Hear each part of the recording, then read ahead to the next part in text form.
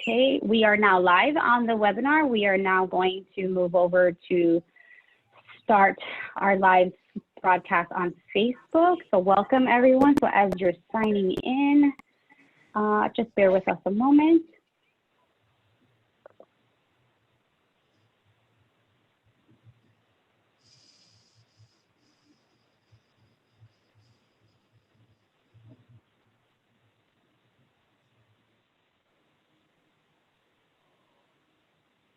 Okay, it is 7 o'clock and we are live both on Facebook and on Zoom. Dr. Heath, I'd like to introduce Dr. Heath, the president of the SUNY College of Optometry. Dr. Heath, you can take it away. Thank you very, very much.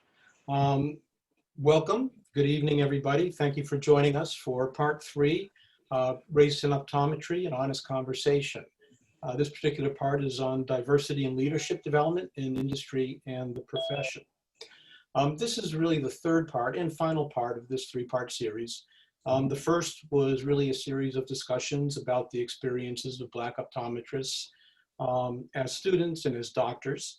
And the second one focused much more on optometric education, looking at diversity, inclusion, and mentorship, within that, within the schools and colleges across the country. Tonight, we're really going to be trying to look much more at the development, the welcoming, the inclusion, the opportunities, to try to cultivate students of color in terms of their engagement in the profession and with industry, and look at the areas in which we can make changes. It looks like somebody else signed in. Make changes to provide and facilitate their engagement as professionals and as leaders, both within industry and within our professional associations. Before we begin, I wanted to do a couple of certainly shout outs.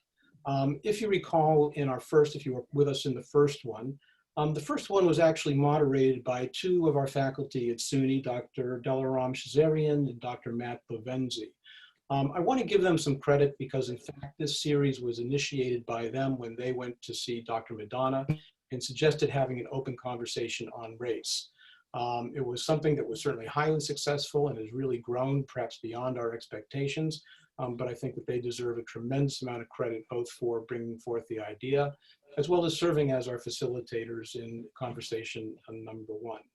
I also really want to give my thanks to Dr. Richard Madonna, who is both our chair of the Department of Optometric Education at the college, but also the director of our continuing professional education department. And of course, to Ms. Betsy Torres, who introduced me. Betsy is certainly the workhorse and just a brilliant young woman who really makes our continuing professional education program sing.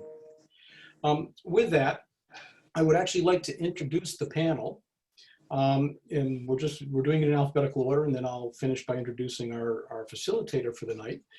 So first we have with us Dr. Derrick Artis. He was former Chief Operating Officer for Vision Source, and he's a management consultant with Artis Consulting. We have Dr. Millicent Knight, Senior Vice President, Customer Development Group, Essilor of America. We have Dr. Andrew Mick, Director on the Board of Directors of the American Academy of Optometry. He's also the residency coordinator at the San Francisco VA Medical Center, and he is an associate clinical professor at UC Berkeley. Dr. Howard Purcell, President and CEO of the New England College of Optometry, also brings with him about 25 years of experience in industry. So we're counting on Howard a little bit to have a foot in both camps and help talk about the great in-between. Then we have Ms. Veronica Schuver, who is the Secretary of the American Optometric Student Association and a member of the Diversity Project team. She's also a 4th-year student at the Ohio State University. Welcome, Veronica. And Dr. Ruth Shoge, who was with us actually in part 2, assistant professor, and part 1, I believe, both.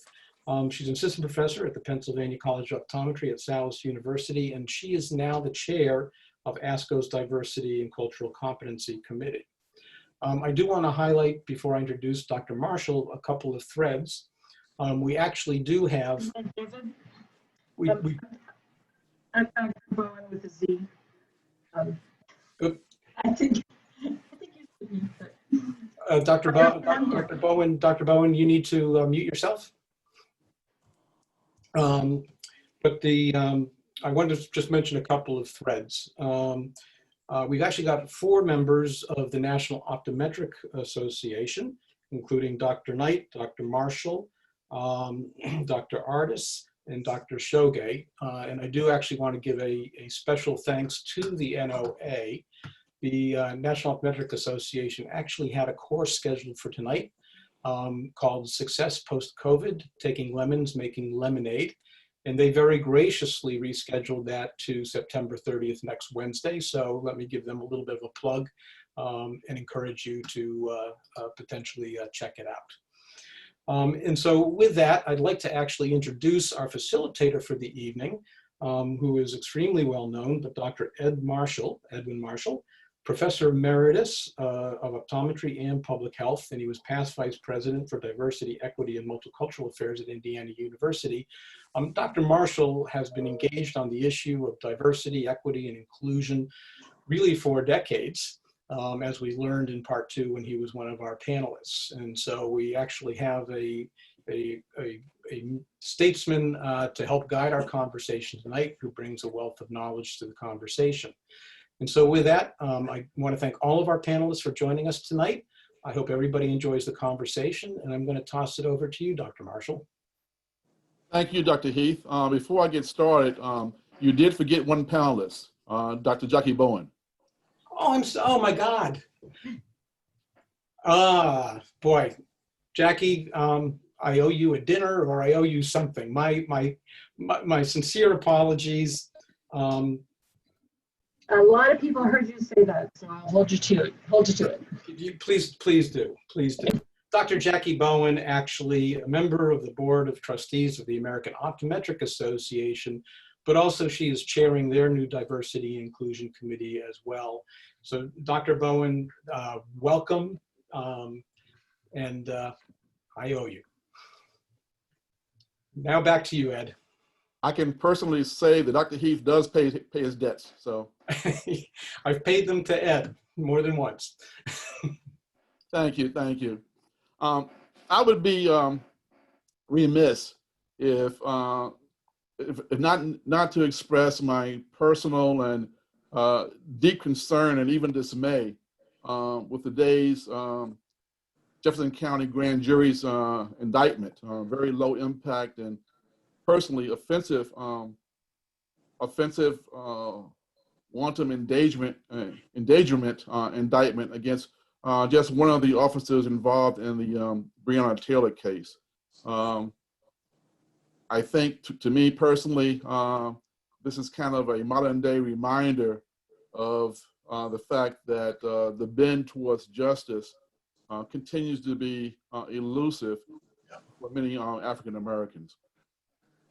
Anyway, having said that, as Dr. Heath mentioned, this is the third in a 3-part series of webinars focusing on the topic of race in optometry. The first webinar addressed many of the emotional challenges, as well as the negative experiences and even the fears faced by many Black optometrists and Black optometry students, with the realization that such challenges and fears for life and safety continue to follow Black optometrists irrespective of their social position or economic status. I would imagine for many of the listeners on that first webinar, this was kind of an eye-opening discovery and a launching point, however, for going forward with our very, very hard discussions about the intersection of race and social justice in the eye care world. The second webinar focused on optometric education and included a recap of efforts to expand and enhance minority representation within the field, going back more than 50 years with the formation of the National Optometric Association, which was prompted in part by the fact that one of the co-founders was actually denied membership in the State Optometric Society because he was African American. That seminar also looked at possible solutions for addressing diversity, equity, and inclusion within the optometric education and profession at large. We talked about greater exposure, pipeline programs, and mentorship as possible ways of addressing the problems. And although many of those solutions have been tried over the past half century, albeit with limited success toward advancing representation of underrepresented minorities within the profession, I think one of the take-home messages, at least for me anyway, was that we need to be more aggressive and more collaborative across the ophthalmic industry to be more effective with our outcomes.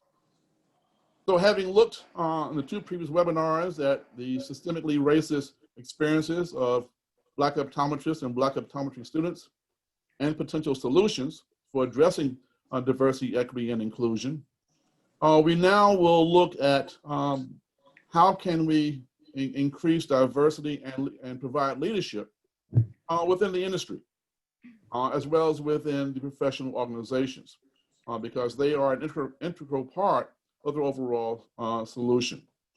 With the understanding that both the industry as a whole, as well as the professional associations, cast considerable influence over the profession and often provide a major public image of the profession. So their contributions to creating a much more diverse and equitable profession obviously is key.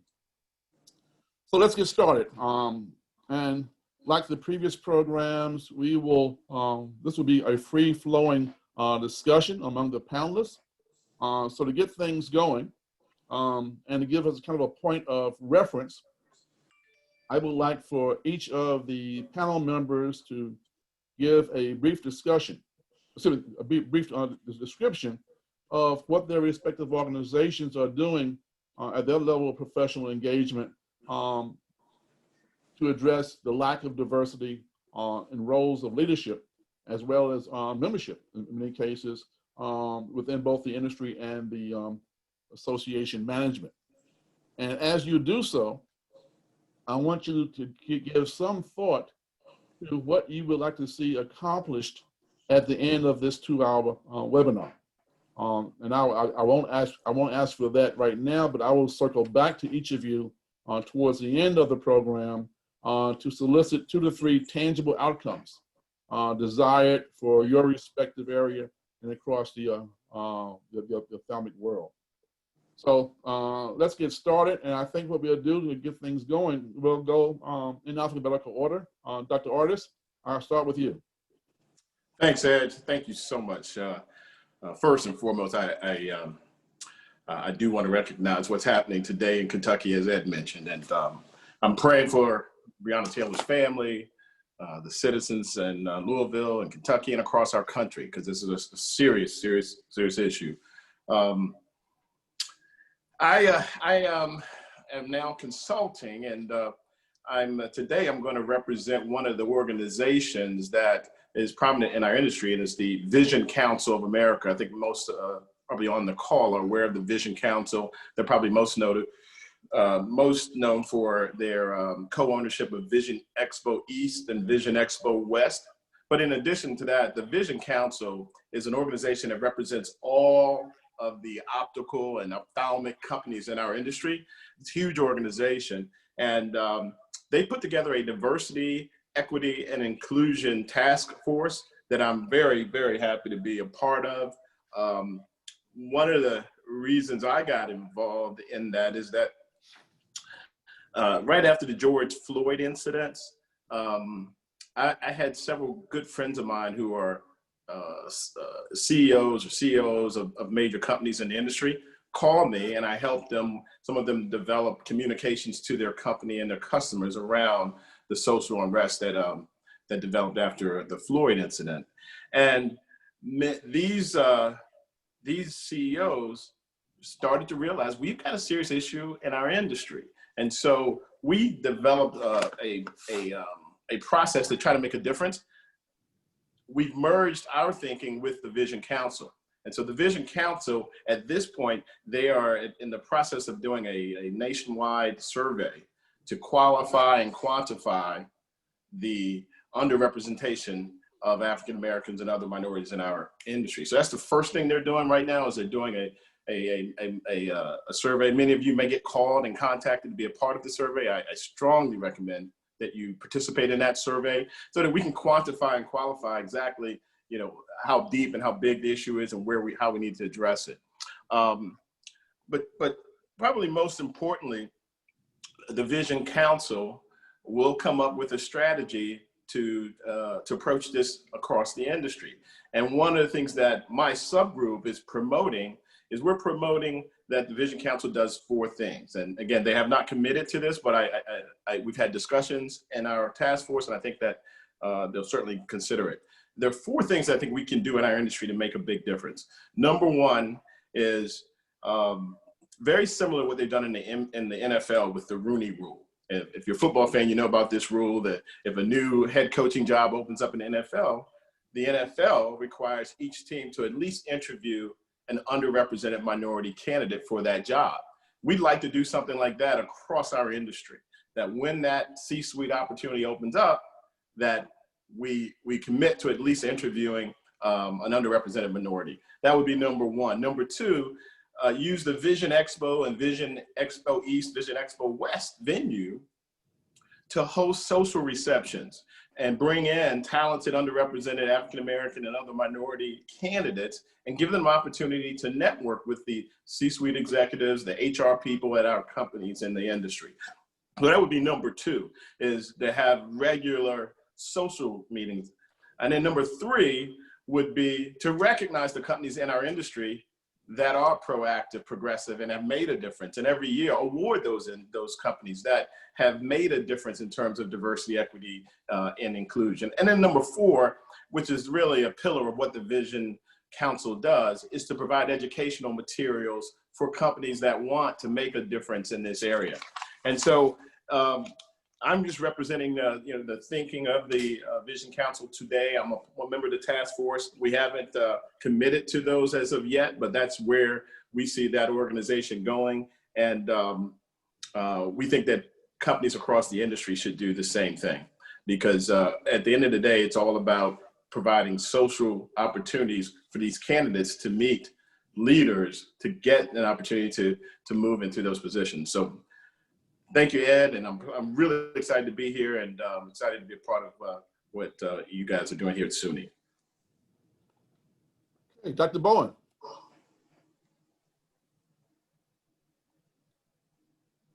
Thank you, Dr. Marshall, and thank you for inviting the American Optometric Association to participate on this panel. I'm honored to represent our association in this really critically important discussion.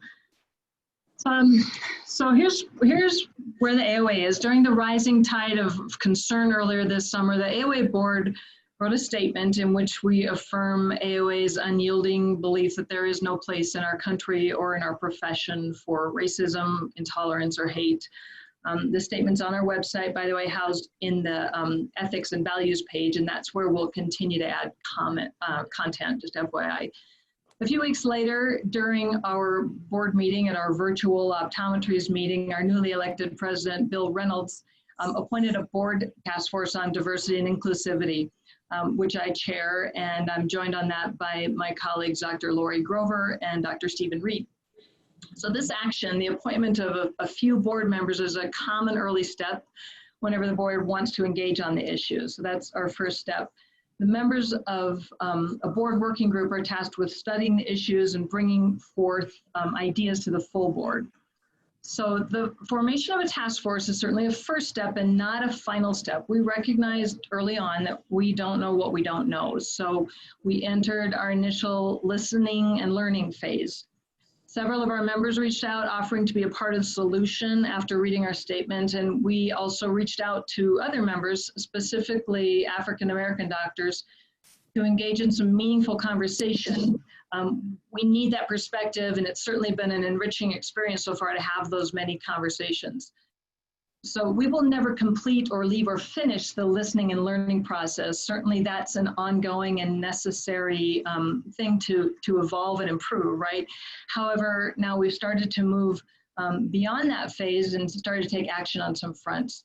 So I'll tell you about some of those. The AOA is taking steps to build diversity within the AOA structure and leadership, including directing our membership committee to explore more effective recruitment and leadership development of underrepresented minority doctors of optometry within our membership. Building a pipeline of future leaders takes a lot of time, but we and our affiliate associations are committed to this effort really long term. AOA, we've planned trainings for AOA staff and for the board on embracing diversity and creating an inclusive association culture. These trainings are scheduled within the next couple of weeks. We've done a lot of work exploring the best way to accomplish that. And the goal is really to increase cultural competency throughout the organization and in public forums. We're, as I said, continuing to learn from others by participating in forums such as this. We have committed to helping to promote the Impact HBCU event being hosted by Black Eye Care Perspective on October 6th.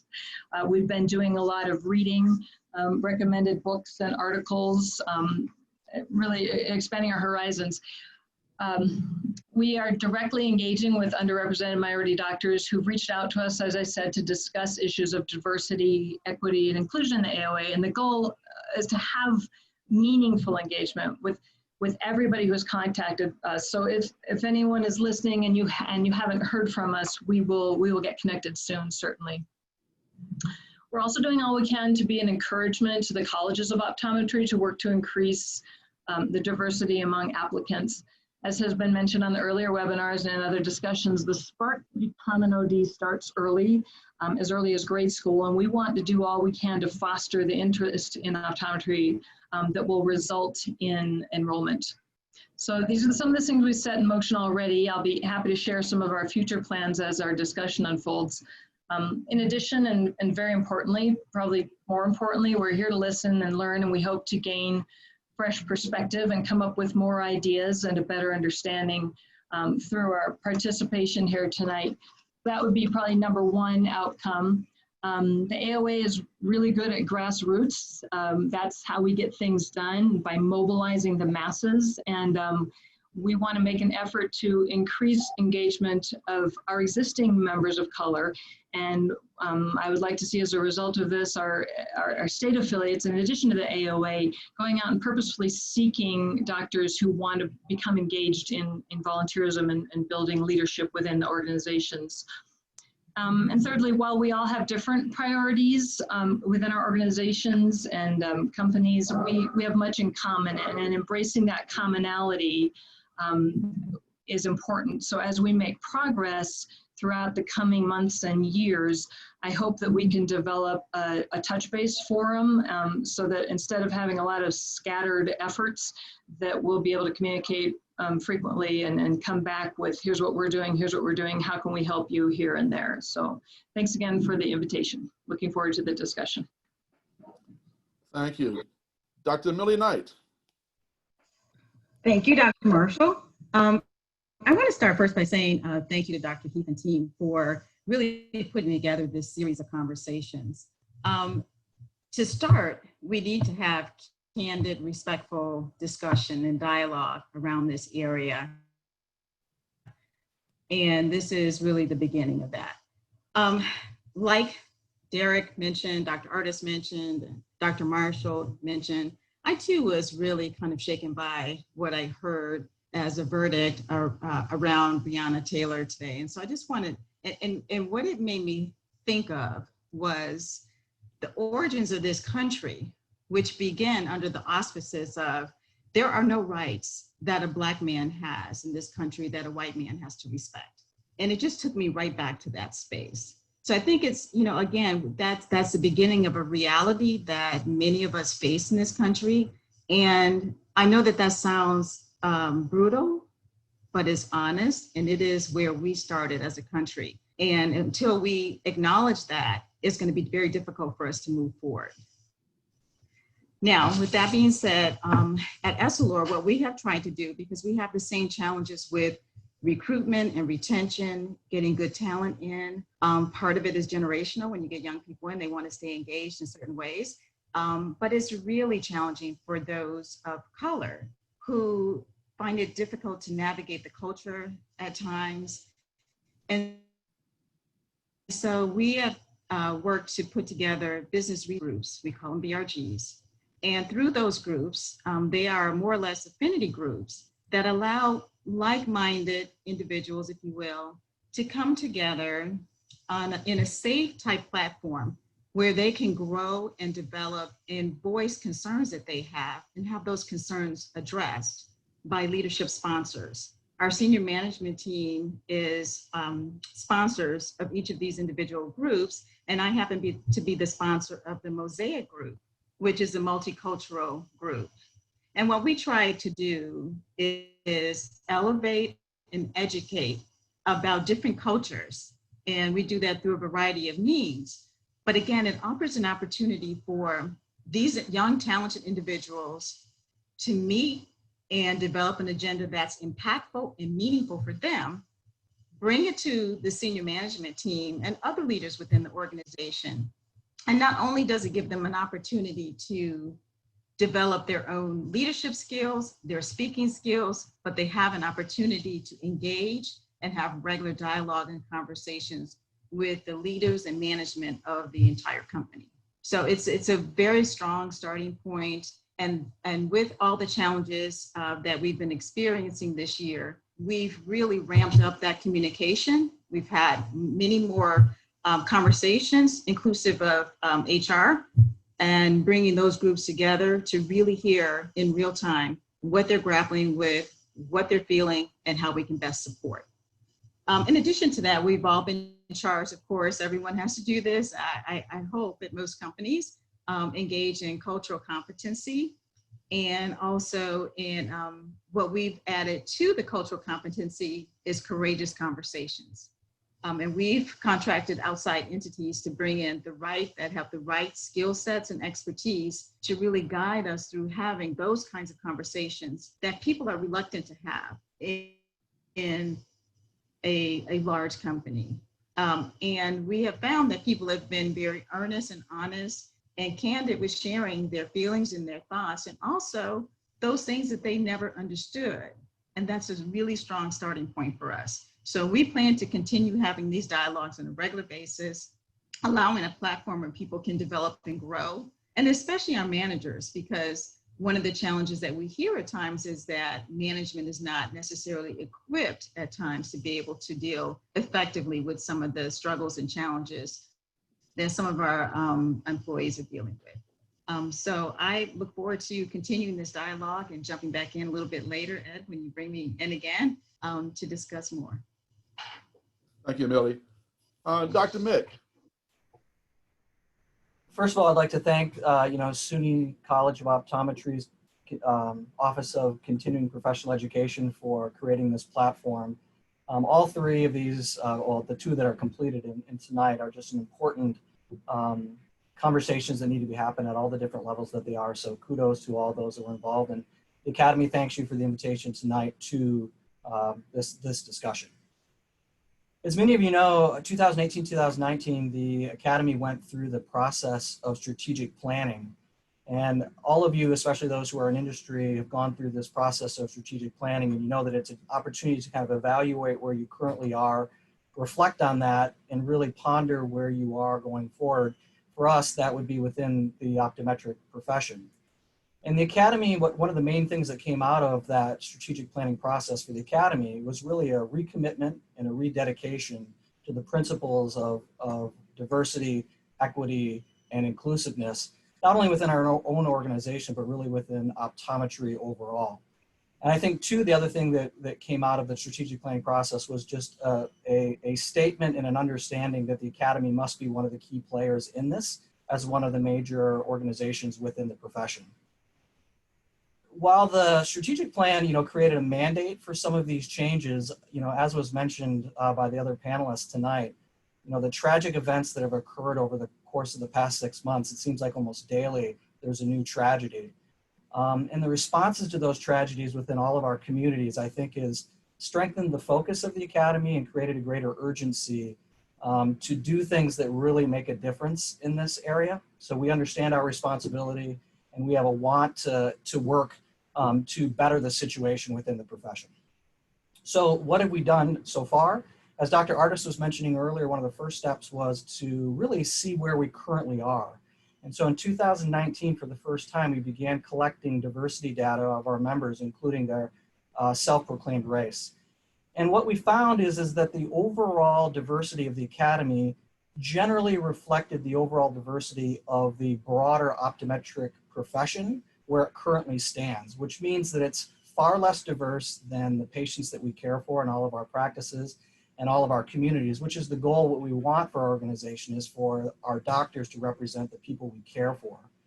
And it's less diverse than the current diversity that's within our schools and colleges of optometry, which over the past few decades, at least for some groups, have become more diverse over time. So what have we already kind of our initial first steps towards addressing these? The first series of them were mostly raising awareness within our organization of this important concept, these important concepts. As many of you know, we are hosting a joint NOA Academy and ASCO symposium on diversity, equity, and inclusion as part of our annual meeting that was going to be in Nashville and is now going to be virtual. The NOA is actually sponsoring two 2-hour lectures as well during our annual meeting that address unique healthcare needs within specific communities that we care for. One deals with COVID-19, race, and eye care. Actually, the current president of the NOA, Dr. Cheryl Reynolds, along with one of her colleagues down in South Florida, Dr. Paula Anderson-Wart, who's actually an internist. And the other lecture that we're having at our annual meeting actually addresses prevalent diseases that disproportionately affect the Black and Hispanic communities, diabetes, hypertension, and glaucoma. Again, this is Dr. Reynolds, along with one of our other young, talented fellows, Brianne McGee. Every year at the Academy, we have an event for students in which they can learn about postgraduate residencies and graduate programs, but this year we're also inviting the NOSA as well. And we feel that it's incredibly important for students that are within our schools and colleges to know about the important work that the NOSA is doing, and as they transition into being a professional, to also learn more about what the NOA does. And we all know that they do amazing, amazing work. Although we are dependent, and this came up a lot in the second webinar of this series, that all of our organizations are dependent a little on the schools and colleges of optometry to graduate more diverse classes so that we then can have more diversity within our organizations. But I think the Academy also recognizes that we have to play a role in that. And so we have to support any initiative, and we have to be collaborative with all of the organizations on this panel and elsewhere that have a goal to increase diversity within our schools and colleges of optometry.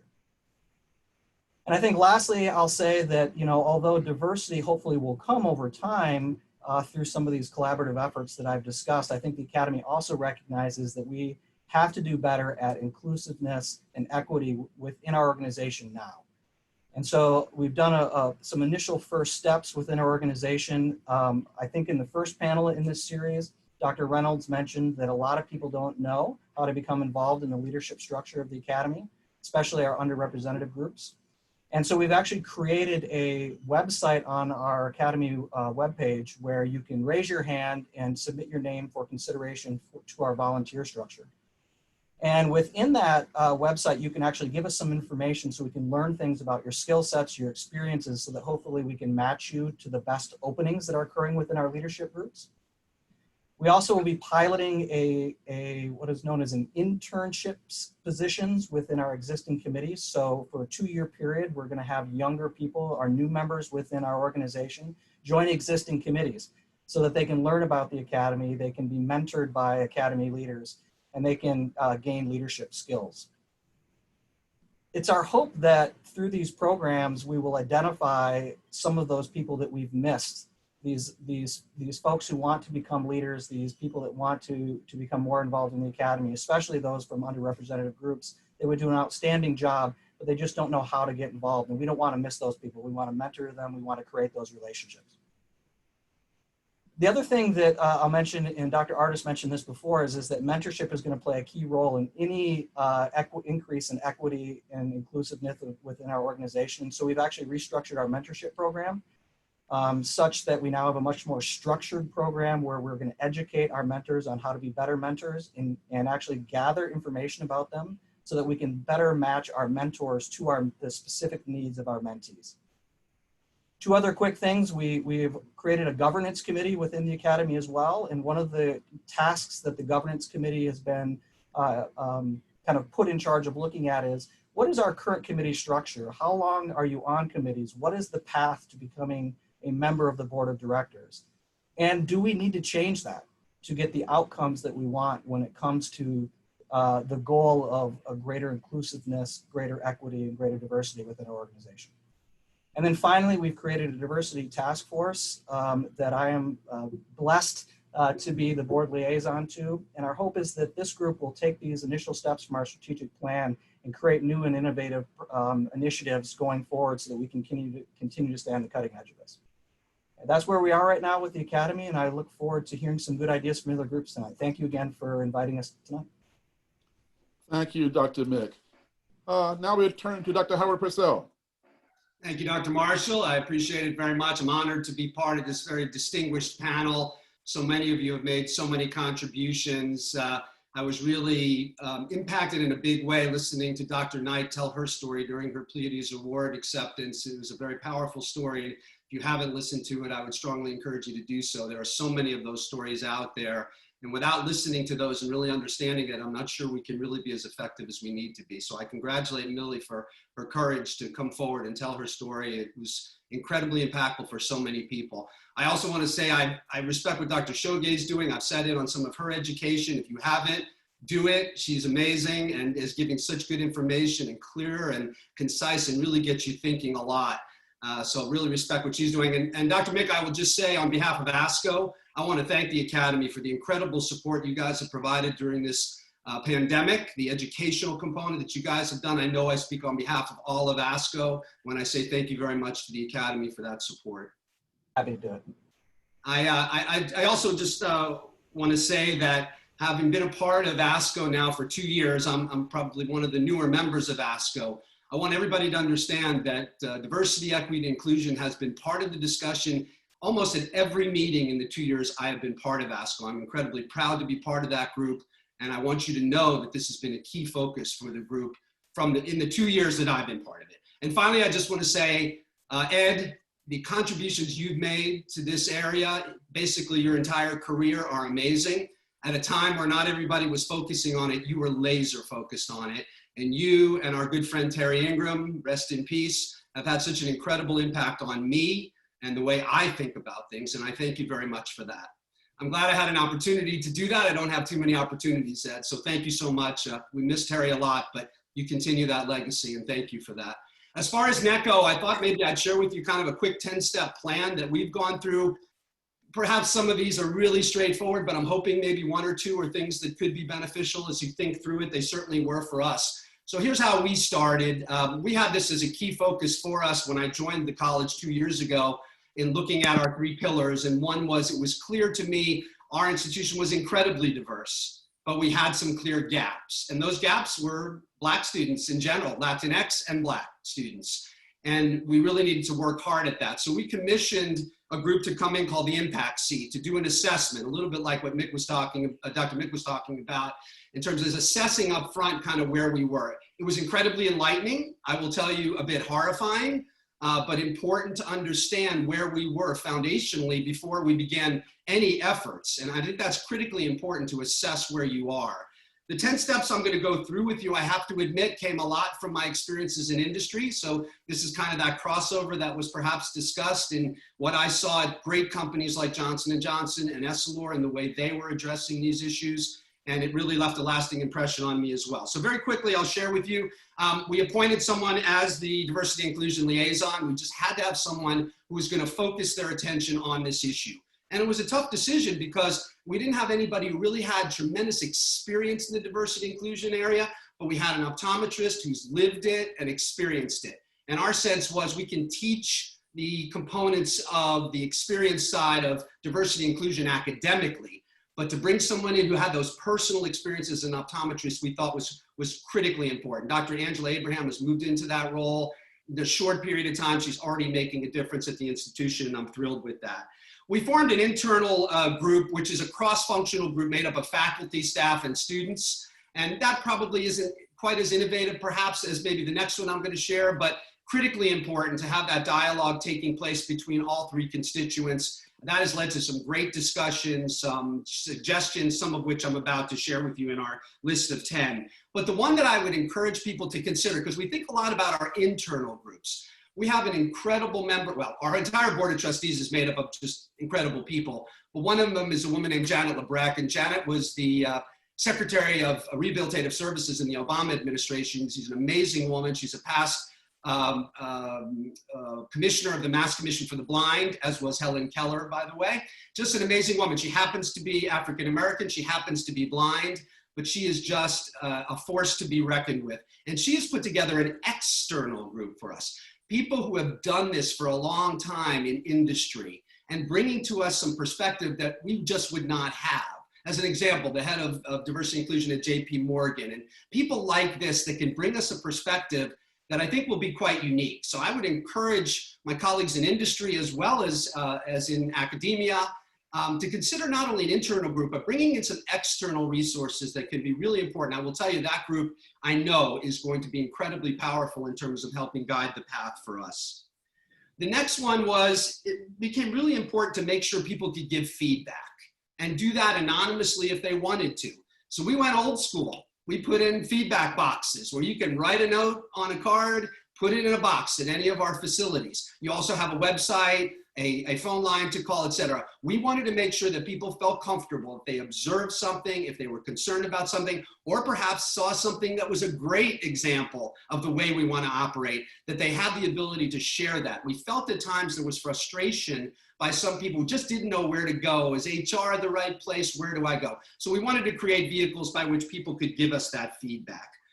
Obviously, training is critical. I mentioned Dr. Shoge, the great job she's doing. We have to have onboarding, as part of our onboarding process for all of us, there has to be some type of training, sensitivity training, whatever it may be. There's great resources out there for that. And I'm certainly looking forward to the Academies program. I know that one's going to be great as well. And also for us, embedding it in our curriculum is important. As we've talked about access, as we've talked about diversity, we need to embed that throughout the program, and that's something we continue to work on. We also felt there needed to be some public acknowledgement in our institution. We're 125 years old. You walk around our building, you see portraits of old white men. That's where we come from. That's our history. But by the way, 80% of our student body is female. We are much more diverse today than we've ever been before. And I will tell you, and I see Veronica shaking her head, we heard from students saying, hey, has any women ever contributed to this institution? Has any person of color ever contributed to this institution? So we have made an effort now to recognize distinguished alumni. We'll be recognizing 3 women, and we actually determined who was the first African-American, we believe the first African-American graduate of NECO, an amazing person who actually wound up being a senator in the state of Virginia, just incredible individual. So we're gonna show that diversity front and center, because the more we research, the more we recognize how diverse our history really was. So that is something I think is important to outwardly show that, and we're gonna make every effort to do that. Setting goals is critical. I love our friends at Black Eye Care Perspective and all that they're doing. They've set this goal of 13% that we shoot for over 5 years. We all are gonna do our best to try to get there. We've certainly signed up for that. And you know what? If in 5 years we get to 10%, we will celebrate. We're gonna do everything we can to bring the best quality students in and the most diverse class that we can bring. And we're really excited about that opportunity. I think an ombudsperson is important, and if you're not as familiar with that, this is the person who is external, who ultimately will take a look at some of the issues that take place and be sort of that mediator. It becomes important when you have challenges on your campus or in your organization to have that person who can look at it very objectively. That's something we are looking at as well. And finally, 2 final things, that's consequences for departure from expected behavior. If we're setting the ground rules that this is how we expect people to behave, then there better be some teeth in it for the people who don't. And we think that that's critically important. And finally, we're going to put out a biannual report that shares how we're doing in these 10 areas and areas that we need to work harder at, et cetera.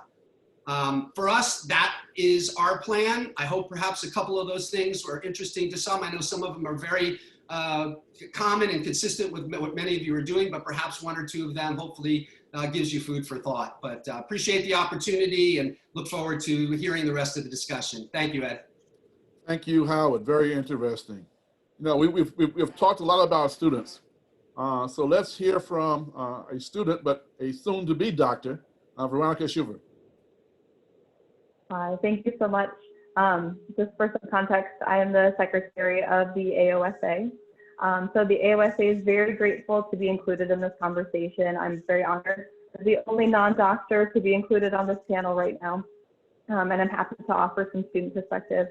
So in early summer, the AOSA found it imperative to state our support of the Black community on social media and immediately developed a diversity project team to develop tangible action items.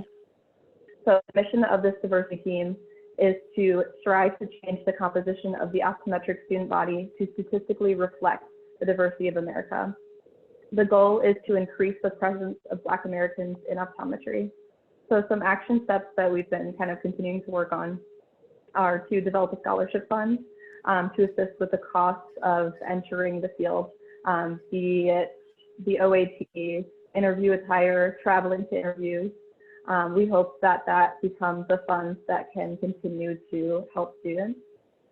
We want to continue and learn how to best educate Black communities about the profession. We plan to partner with Black Eye Care Perspective to promote the Impact HBCU program that's in October, and to also help to aim for that 13% of representation.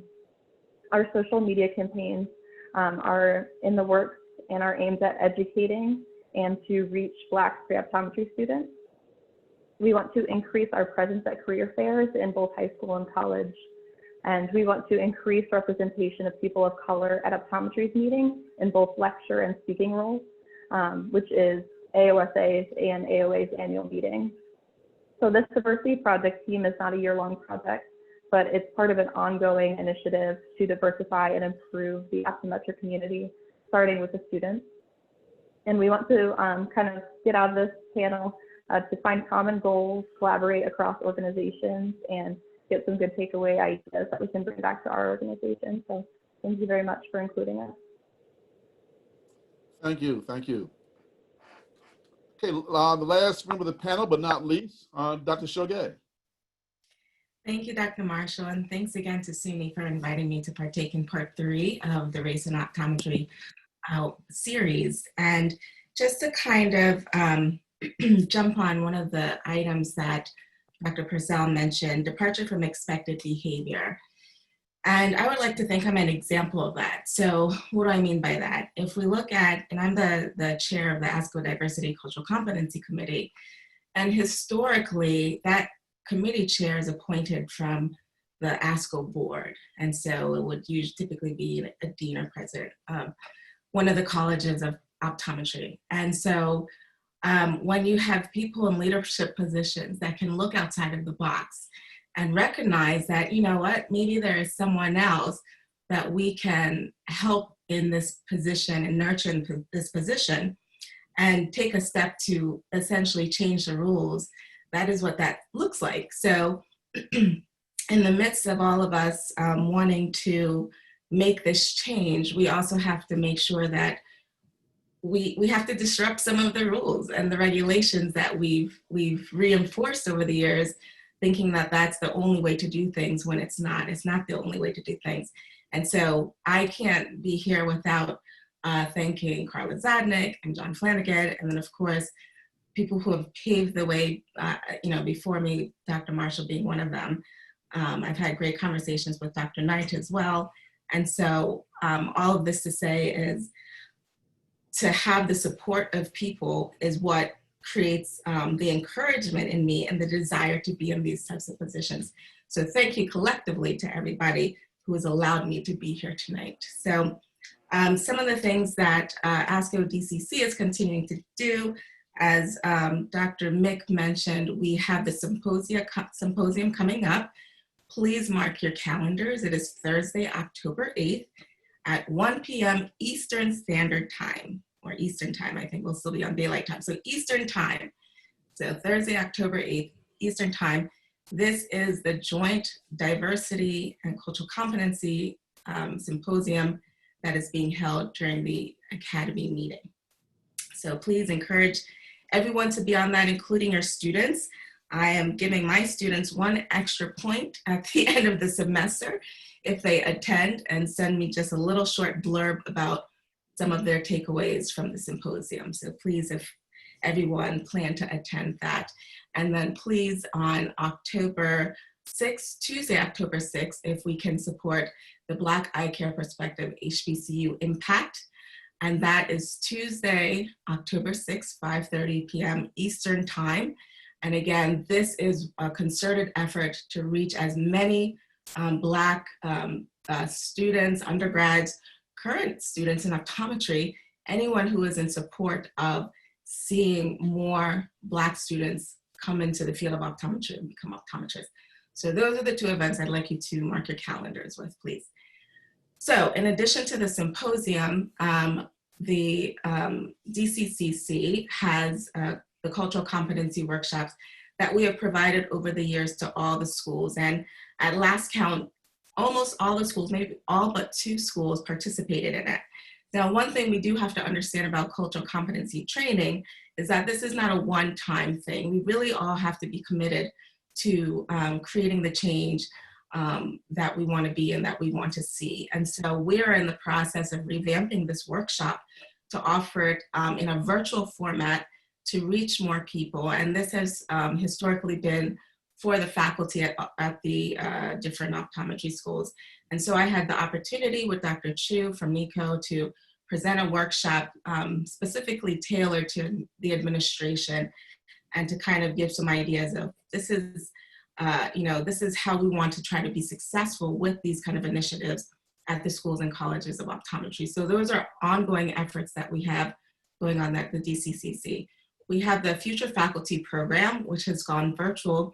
And this time it's specifically targeting Black residents or graduate students, perhaps who have PhDs in visual science, to encourage them and mentor them and groom them into coming into an academic institution to help diversify, because we need the faculty there to encourage the students to come. So it's not just, this has to be a concerted effort across the board.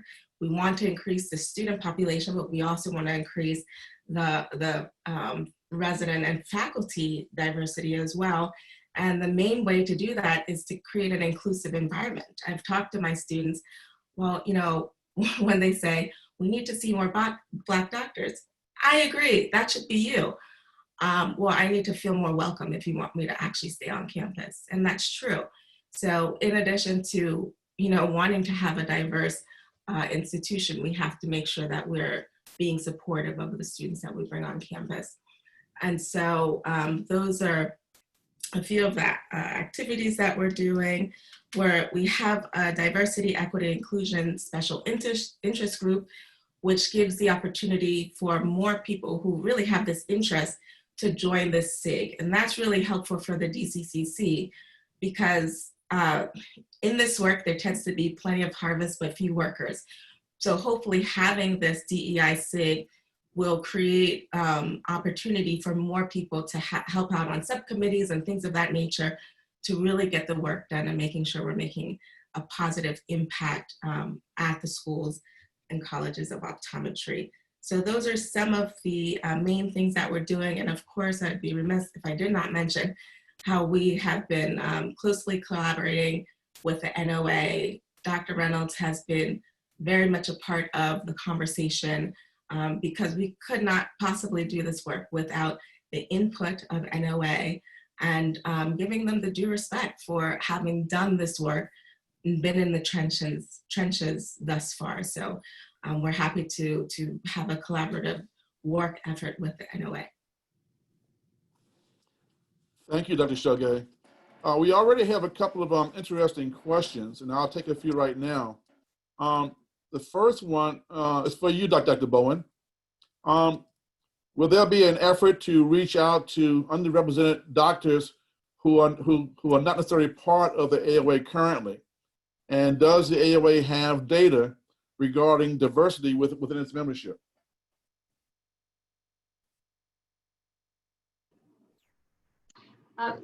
Yes, answer your question about the data. We do have answers.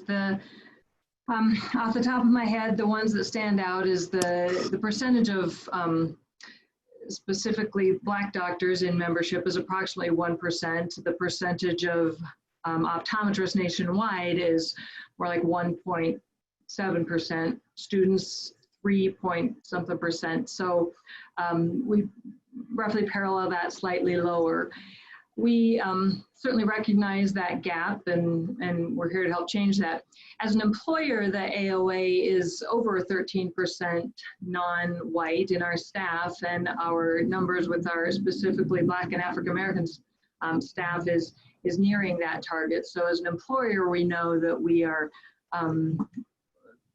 paying attention and certainly looking to improve that. There's another organization, of course, the NOA, which is to be lauded and applauded for the accomplishments, certainly dedicated to the needs and interest of Black doctors. And we understand that the history of the NOA and the value and the importance of the NOA and the reason for their formation over 50 years ago. They've established strong relationships with their members, and we're actively working on building those relationships as well as identifying to build on supporting their members. We know there are many people that belong to both organizations, which is ideal. We hope that when we clearly articulate the benefits of both, more NOA members also make the decision to join the AOA. And likewise, I know it was mentioned on another panel that the NOA welcomes AOA membership joining them so that we can have more of a crossover. Of note, earlier this week, we partnered with the NOA in a very successful fundraiser webinar with Congressman James Clyburn. Over 50 doctors enjoyed a nice conversation, rich discussion with the congressman, and it was really a delightful opportunity. We're committed to building a welcome environment of professional networking and volunteerism for these prospective members. So, absolutely, we're interested in reaching out and collaborating on any way that we can. Thank you. And Dr. Mick, the efforts regarding mentoring and the governance panel, are these efforts directed at underrepresented minority members or available to the entire membership? Well, when they were devised as part of our strategic planning process, they were initially set up to be a member benefit to all members of our organization. But I think there should be a priority that we're going to use these new initiatives as a way to improve inclusiveness and equity within the organization. So explicitly and in writing, no, but I will tell you that our diversity task force and the members of the board of directors feel that this will be used as a way for us to show that we are striving for better inclusiveness and equity within the organization. Okay, thank you. And I'll take one more question, then we'll get back to some other points. This is for I think for Dr. Artis. The 13% promise brings up an interesting point. Should the goal that every profession should demonstrate that percentage, should the goal be that every profession demonstrate that percentage, is there an active barrier to limit African American candidates into optometry? In regard to the Rooney Rule in the NFL, 70% of the players are African American, while those in coaching and executive roles is far less. Hence the reason for the institution of that rule. What are your thoughts? Yeah, a really good question. A lot of questions there, but number one, I'm not in favor of setting an arbitrary barrier. I think the 13% is a good starting point, and the Black Eye Care perspective people have set that as a number that's achievable, but I don't think we should limit it at that. But the most important factor to me in terms of having success in this area is about one word: relationships. I left optometry practice in 2000 and went into industry, and I've been in the industry for 20 years. And in that 20-year period, I've attended every Expo East, West, AOA, SECO, all the big meetings, and I'm the only one in the room most of the time. And where we've been successful bringing people on board, and one example is Dr. Knight, who's here now, is because I had a great relationship with Millie and we're able to bring her in. And I think one of the biggest barriers we face is how do you start developing those relationships at the AOA, at the Academy, and these organizations to give African Americans an opportunity. And I'll go back, Ed, if you hear me, I have to go back to when I was a student. I had a mentor, a gentleman named Mr. Bob Horn, who was the Dean of Students at Pennsylvania College of Optometry. And Bob, over the years, probably brought more Black students into optometry than anyone. But what he did for me as a freshman, he had the Dean of Students, Dr. John Crozier, who was an older white gentleman, handlebar mustache, walk up to me, and Dr. Crozier introduced himself to me, and I'm thinking, wow, I don't know any old white guys, right? Why is he coming up to me? But Bob Horn said, Derrick, you need to develop these relationships with people who are decision makers. And so I developed that relationship, and that relationship helped me my entire career. The challenge we face oftentimes is we don't have opportunities to forge those relationships. And I love what's happening now with the Vision Council, and certainly at some of your schools, like what you're doing, Howard, at Nico and SUNY. And the most important factor is giving these African-American and underrepresented minority executives, doctors, et cetera, opportunities to form relationships, because people choose, they hire people that they know, that they feel comfortable with, right? And so I think it challenges both of us. I don't put that just on the majority culture. Certainly the majority culture has to understand what we're dealing with, and they have to lean in. But the minority culture, we have to lean in, right? At 21, I wasn't comfortable talking to an older white guy, but I had to learn to lean in and build and forge that relationship. And so that's why I'm excited about what we're doing at the Vision Council, because we're going to hopefully create a venue where these talented African-American underrepresented minorities can come to forge those relationships. And so that's to me is most important. Let's build upon that. Given that both the industry and the associations, play very, very significant roles in influencing the profession on many fronts. And from the perspective of finding ways to unify efforts as well as our messaging, given that resources are limited, how can ASCO, the schools, individual schools, the other associations within the profession, the Academy, the Vision Council, the industry at large, how can they come together, integrate resources, and unite on a common platform with a common goal, towards increasing representation and diversity and inclusion, and basically challenge the traditional culture to change the environment? Hear your comments on that. That's for the entire panel. Yep. Okay. Ed, I can just offer a couple thoughts on it, and maybe some of the frustrations of trying to do it. Last year, we instigated something called an industry collaborative. The concept of it was myself coming from industry, seeing what I saw in academia.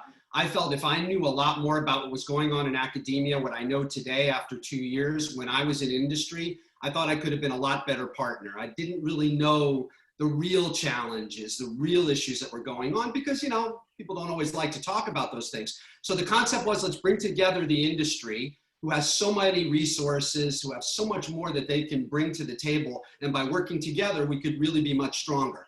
We had over 60 companies participate. I was really thrilled about that, to be honest. And I love the AOA and the Academy and SECO and all these, but there was some reluctancy on the part of those groups to really participate in sort of signing on. They did participate, and I appreciate it.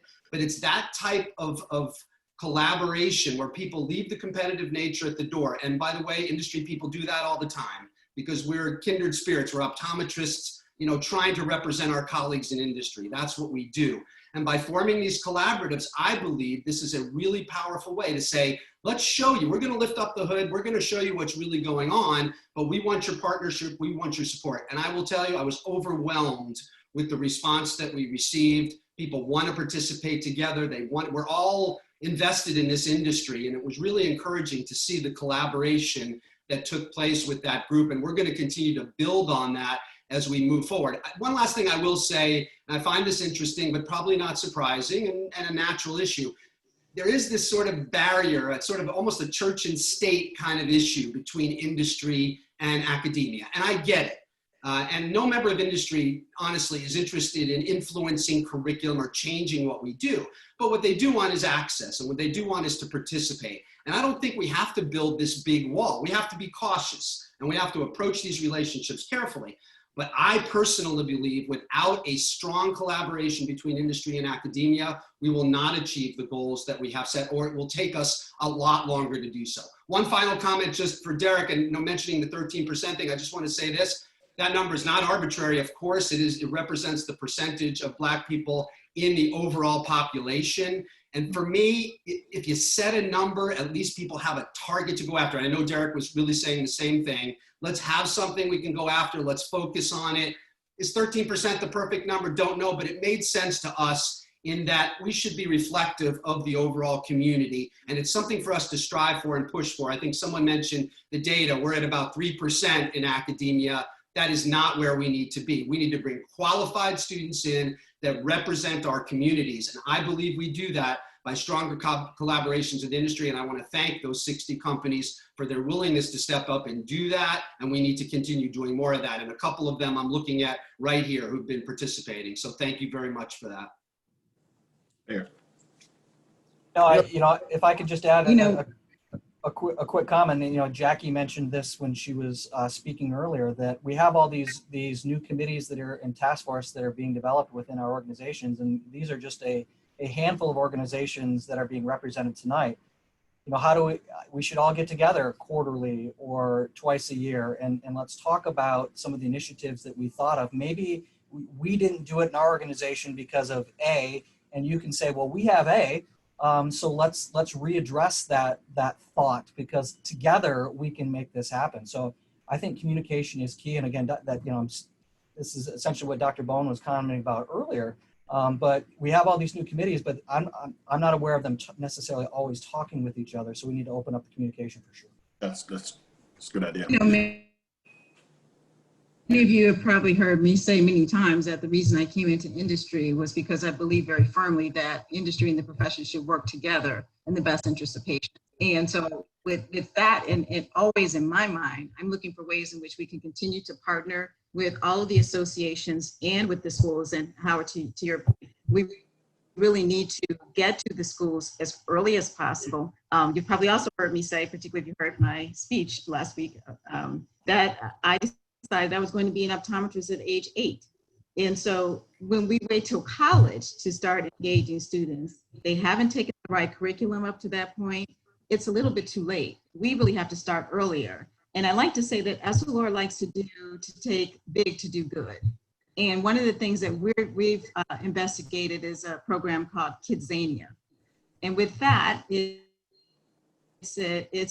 basically a town that has all of the different doctors and lawyers and dentists, optometrists, everything that you might want to visit and consider being, because you can't be what you don't see, especially in our community. So what we have there is a whole fully outfitted optometry clinic, and children get a chance to try on at the very earliest of ages what it's like to be an eye doctor. And they can put on the coat, they play with all the instruments, and they really get a chance to get a feel for what that's like. And I don't really think we can underestimate just how impactful that is to a young child. So that's one of the things that we're working on. Also, and I haven't cleared this with our president of the Essilor Vision Foundation, but one of the thoughts that came to me during this discussion is that it's a great opportunity also, while we're providing that great vision and visual opportunity for those children, many of whom are underrepresented minorities. It's also an opportunity for us to continue to educate and let them know that this is a viable profession for them. that someone at some point, some of you all have to go to optometry school so you can take care of our eyes. You know, it's and that goes for any practicing optometrist. We should all be doing that. But that's, again, another opportunity for us to use our foundation, perhaps, have to check our legal, but to perhaps to make sure that we have a chance to have those conversations with the many children that we touch each and every year through the foundation. The other thing that we try and do and will continue to do is work with the associations. And Dr. Mick, to your point, everybody is working on a particular initiative that's unique to their own needs. But there's a lot of overage within that. So I would envision, and I know Dr. Marshall, you're going to come back to us at the end of this with an action item. And for me, that action item would look like each of these organizations, the AOA, Academy, ASCO, the schools, everyone getting together with what their initiatives are, and maybe appointing one key person from each of those associations to sit on one channel so that we can target all of that energy and make something happen. You know, this is a good, where we are right now is a good stage for having the conversations, but we need action. And the way to do that is to take all of the muscle and the resources that we have so that there's not a lot of redundancy, but that we actively effect change. So I think that those are some of the things I want to talk about. And the one last thing I do want to mention, and I was remiss earlier, we've always had a director of inclusion, equity, and diversity. We now have our person left the organization, and we just hired a new person, and we're really excited to get her onboarded and, you know, really get started with continuing the work that we began. I was really surprised at Essilor and being out in the front with in terms of the leaders in our senior management team who are people of color. And I will tell you, our senior vice president and chief marketing officer is a Black woman. Our senior vice president and CFO is a Black man. I am our senior vice president of customer development. And our senior vice president and head of HR is an Asian female. Our senior vice president and CFO at Luxottica is also a woman. So we are taking the steps. Our employees get a chance to see what they can be, and hopefully we will continue to provide a pathway by which they can achieve those goals that they have. So if I could be so bold, in the spirit of collaborative effort, you know, ASCO used to have a program in which we provided seed money to the schools to have some summer program or assist in some way the recruitment of underrepresented minorities. And, you know, I think it was in 2016 that there was no money left for that program. So that would be a great example of a consolidation of effort and resources into revamping that program. So if there are schools that want to, you know, have actual recruitment efforts and need the money to actually get it done, then those would be great opportunities to help provide grants and things of that nature for the schools to be able to get some of these programs off the ground. Because at the end of the day, we all have the same desires, but it really does require human power, monetary power, and you know, a commitment and consolidation of resources is definitely what is needed. If I may be so bold to make that request openly. I want to come back to something that Millie said. In fact, it addresses one of the questions that we have.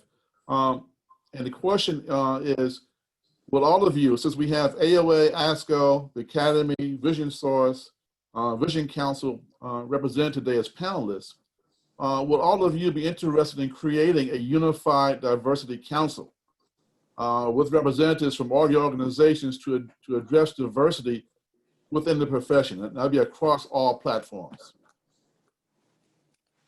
Any comments? I would just say I'm not in any position tonight to speak on behalf of ASCO, but I would support that 100%. I will tell you, just being honest, and my colleagues I think will be honest too, it is not an easy thing to achieve. That said, you know, tough things and important things are not always easy to achieve. So we should strive for it. And I would encourage, and I don't want to have to encourage too much because Dr. Flanagan, who's the current chair of ASCO, believes in this wholeheartedly. So I know ASCO would absolutely consider such an opportunity. I'm just not in a position tonight to speak on behalf of ASCO. Ed, can I comment on that? Because I think that is a great recommendation. And I think that's certainly something that the Vision Council can at least look at and assess, because all of the organizations, the AOA, the Academy, they all work with the Vision Council, right? They all attend Vision Expo East and West. And so I'm certainly going to take it back to our Vision Council Diversity and Inclusion Task Force. I think it's a tremendous recommendation, and see if they can at least facilitate some dialogue between these organizations cross-culturally. I think so. Right. Point, we should do it in an organized fashion. We should do it in an organized fashion, like actually put some structure and some rigor around it to make sure that we get the outcomes that we're looking for. You know, assess some metrics associated with it, and then be able to revisit those on at least on an annual basis. Yep. So, Great. I think I was starting out by saying this from the beginning, and I probably will start and end with this. Doing this work is important and impactful for everyone. It doesn't just benefit minorities. It doesn't just benefit Blacks and Latinos and those that we're talking specifically about. When they do better, we all do better. And so that's really the focus, that's the direction that we need to take in going into this work, because it's important and impactful for everyone. Yep. And certainly I echo the comments of all my colleagues here. Great thoughts, and yes, Millie, I think it's a great idea if we have an organized forum with specific desired outcomes and goals that we can do toward that. Certainly AOA would be interested in partnering in that. Yeah. That's with the Academy. Great, that's great to hear. Ed, can I make one comment about Essilor with Millie, and I think Howard might have mentioned it as well. With Essilor and J&J in our industry, two of the biggest companies in our industry, they've had a lot of success, and many of the leadership people there will tell you it's because of their diversity and inclusion efforts. It's because they've had affinity groups that identify talent, and it's just not the right thing to do. Their businesses have succeeded, and they've done well because they bring diversity of thought and talented people together.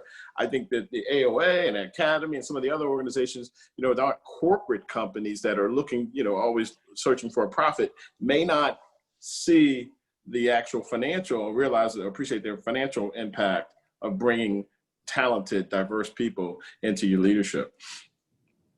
If I can just comment, I will tell you I've been given approval by the chair of ASCO to say we are all in and we would love to participate in this project. Great. There's a start. Big start. That's a great idea.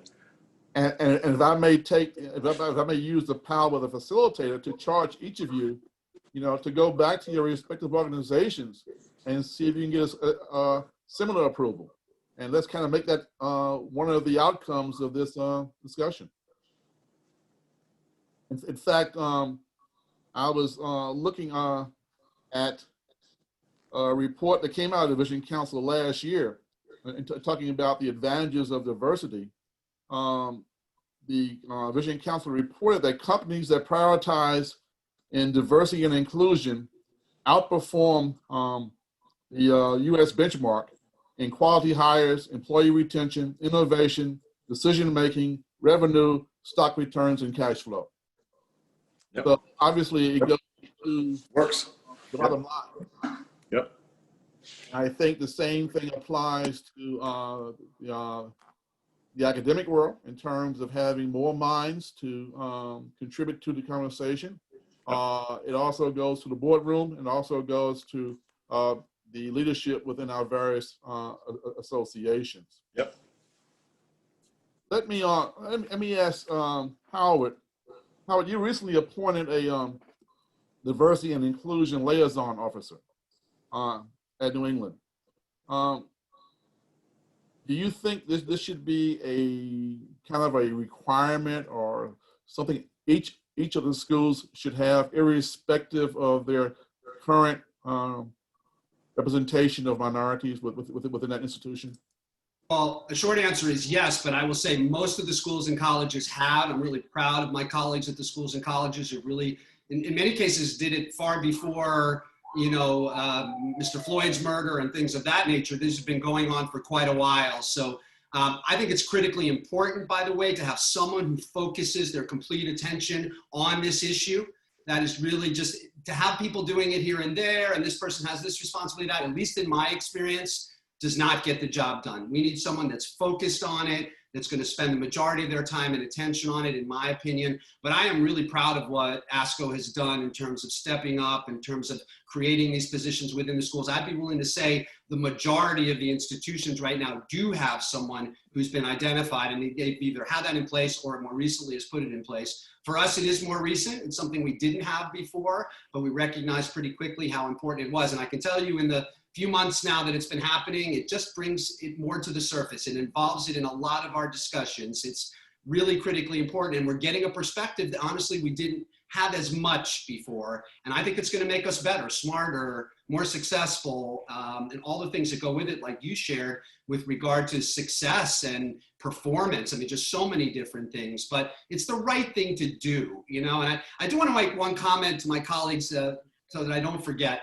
I wrote an editorial, and this is not the purpose of the story, recently in Review of Optometric Business. The purpose of the story is to tell you that about 98% of the feedback on my editorial, which was about diversity, inclusion, and equity, was positive.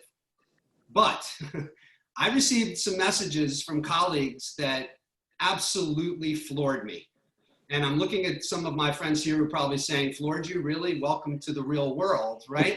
I was, you know, the emotion becomes a very significant political divide, and I hope that we can find some common ground here to have discussion. But the anger, the frustration, the venom type of language and words that were used really, I want to say shocked me, but I probably have to say perhaps didn't shock me, but still took me back, that we need to have more conversations like this, because people need to be able to air their concerns, their challenges. What they see may be different than what we see.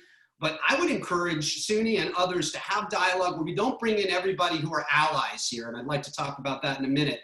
But let's hear from people who don't necessarily agree. Let's give them an opportunity to state their position and have some good debate and dialogue, because I've had some of that, and it's been an interesting experience, but I think in some ways productive, in that we at least need to be able to talk to each other and have the dialogue, and not just with people who are like-minded, but with people who perhaps don't see it the same way. And let's understand it, and let's listen. I think it's important that we do that. It's hard, but I think it's important that we do that.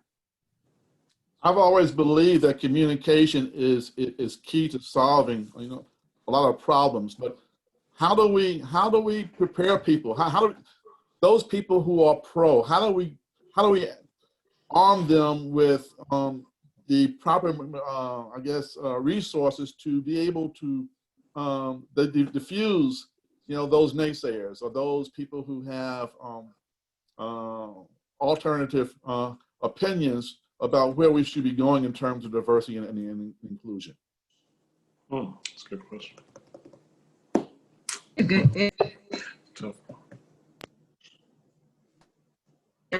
One of the hindrances for people who mean well, who want to do something in this space, but either don't feel equipped to do it or are not prepared for the amount of pushback that they might receive. And that's why I sort of led with this type of work benefits everyone. And for some reason, there's this feeling that if I support an initiative geared toward underrepresented minorities, then that means something's going to be taken away from me in exchange. And we really have to get past that. And the only way to get past that, Howard, to your point, is to have open, honest, earnest dialogue about it and let people say what they feel. Because the only way to get past that, they need to have their say. And once they have their say, then we need to agree to have a respectful dialogue about it. And then hopefully we can meet some common ground. And I think that's a really good question. It's a difficult one.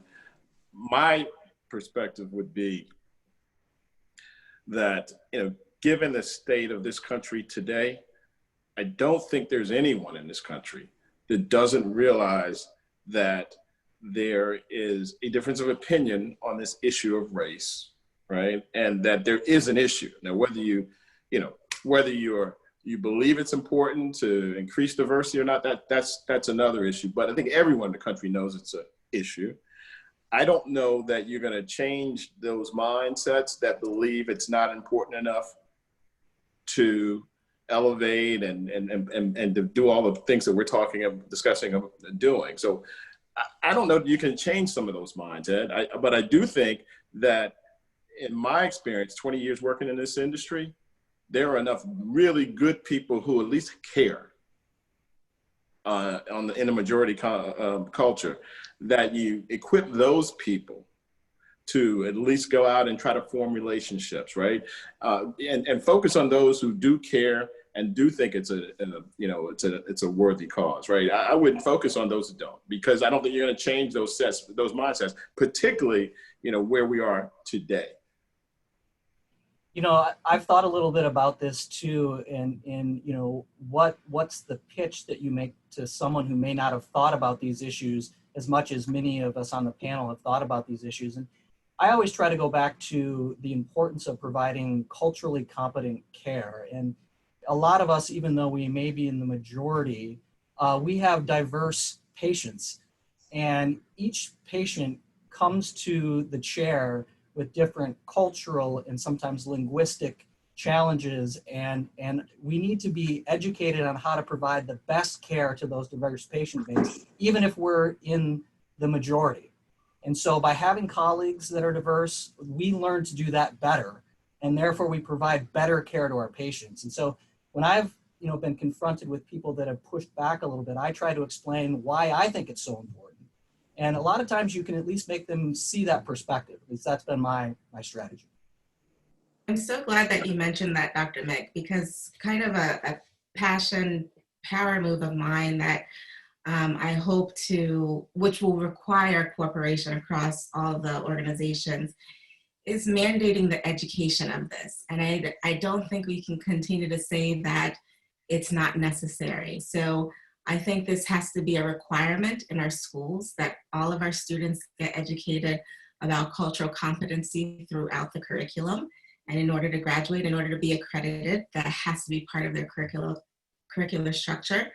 I think it needs to be part of the licensure requirement and renewal. And are people going to push back against that? Absolutely. But I think we have to present a united front in showing that this is that important, that we need to have continued training on it. Because as we are hopefully all aware of by now, this country is only getting more diverse. We're getting more diverse, not less diverse. I don't think we can expect any sort of reversal in our lifetime or our kids' lifetime or grandkids' lifetime. And that's just the fact of, that's just the data. That's math, that's the numbers, So I think to help support, creating awareness, giving folks knowledge and skill set to be able to carry this out in real life with their patients, with their students, with their neighbors, because this isn't just confined to the exam room. We have to have continuing education mandated in every state. We keep saying and using the words continuing or education and training, and that is really where it's at. Just from my personal experience, when I was appointed as chair of the Diversity Inclusivity Task Force for the AOA, I knew I needed to get educated. In my community, we're a very diverse community. Over 50% of the high school my kids go to is Hispanic, but there are not a lot of Black or African American people in our community. So I started reading, and as I mentioned earlier, having the conversations. And I'm going to make myself vulnerable here. All my summer beach reads are sitting on my nightstand with unbroken bindings because I've been reading so much of these other things. But it really works. It's not a one and done. The phrase we use, it's a marathon, not a sprint. That education needs to keep building on itself. cross-training inter-organizationally, as we talked about further, and I believe that's what's going to change people. It certainly has changed me. You know, I for the schools, those of you affiliated with the schools, it's what Dr. Shoji said is not a stretch. If you think about the patient population in most schools, at least in my recollection, many of the schools have minority patients and people of color. And so if you're not culturally competent, how in the world are you taking care of these individuals? It's you know, that should not even be a question at this point as to whether or not you have to go through that type of curriculum. I won't even share the stories that I had, you know, classmates who were from areas around the world who had no exposure to any people of color, with the exception of maybe Native American. But so it's really important, and it's a disservice actually to me, to those students when they don't get that exposure, because it's almost like having them do retinoscopy with no scope. You know, you really, you know, you got them working with one hand tied behind their backs. So I feel very strongly about that. And in addition to that, I just wanted to share a business analogy to how we kind of turn the corner a little bit and kind of get people to understand the values associated, or to Dr. Mick's point, these are some of the reasons why I think this is important. I liken it to category growth. And when I first started practicing, and I know this is dating myself, but when I first started practicing, disposable lenses were first entering the market. And I remember talking to many older colleagues who said, and who probably weren't that old, but who said, no one's going to dispose of a contact lens. That's ridiculous. It's a waste of money. No one's going to do it. But now, the more every single company talked about the value of disposable lenses, healthier, safer, all of those things, now hardly no one doesn't throw away a contact lens. So I'm hoping that at some point, we'll all not be looking at this conversation as this new novel kind of discussion, but something that almost no one doesn't embrace because it just makes sense. I have two related questions. I'll direct them initially to Veronica, but I think they might apply to everyone. How do we center young OD voices in the discussion of diversity, equity, and inclusion, considering this movement was ignited by millennials and Generation Z? That's the first question. The one that's related to that is, how do we harness the energy and intelligence of the students in AOSA to further our diversity goals? They are the future AOA, AOS, ASCO Academy industry members, so the input and participation is essential to plant the seed for inclusion within our profession. Mm-hmm. Those are excellent questions, and I can kind of speak to that. So I know for many of the students on here, we can all agree that social media has been, in recent years, the primary form of communication amongst our generation. And AOSA has really pushed for a stronger social media presence in the past couple of years. A lot of our communication about events have occurred through Instagram specifically, but social media platforms like Facebook as well. And so we've been kind of strategically trying to engage with students on these topics. And we're in the process of developing kind of pointed campaigns to kind of have these discussions and include student voices in this discussion. And we hope by engaging people, we're encouraging membership in our community, encouraging participation in not only AOSA, but these other organizations. I know there was a question earlier about how our efforts are very similar to NOSA, and that's correct. We have been reaching out to that organization to try to see how we can kind of collaborate and assist them in their goals.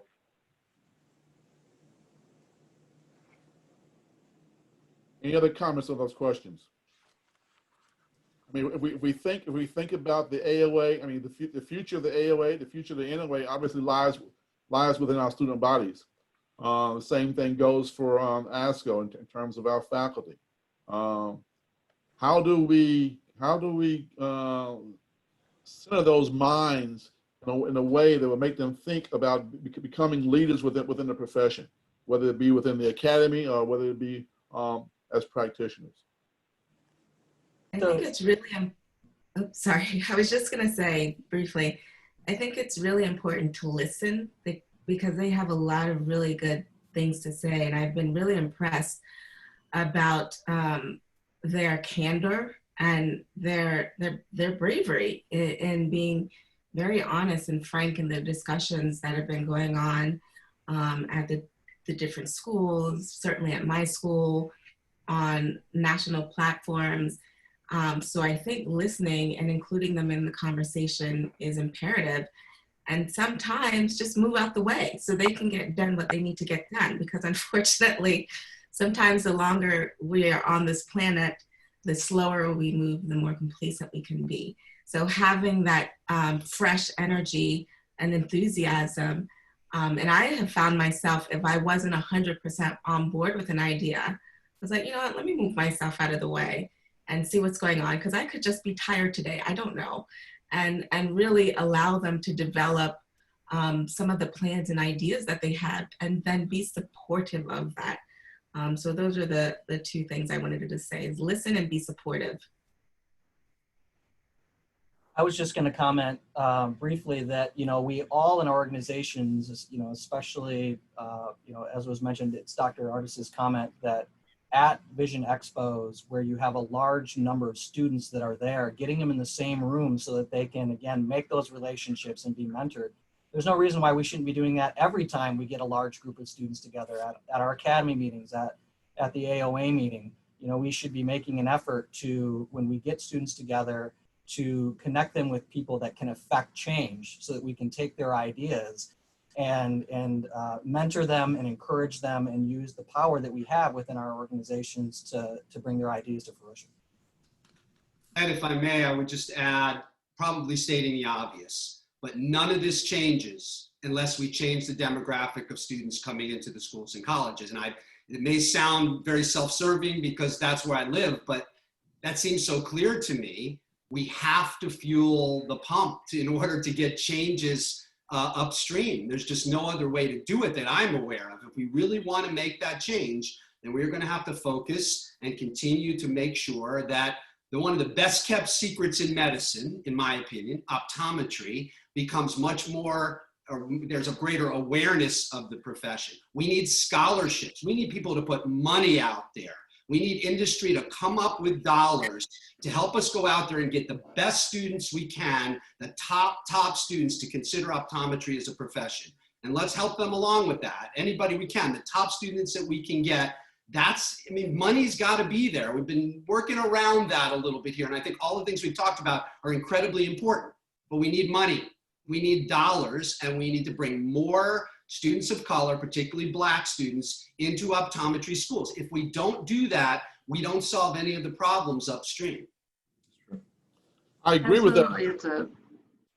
I agree with that, Howard, wholeheartedly. But you know, let's dissect that for a moment. You know, we are seeing considerable increases in female enrollment since I was in school. We're seeing considerable increases in Asian American enrollment since I was in school.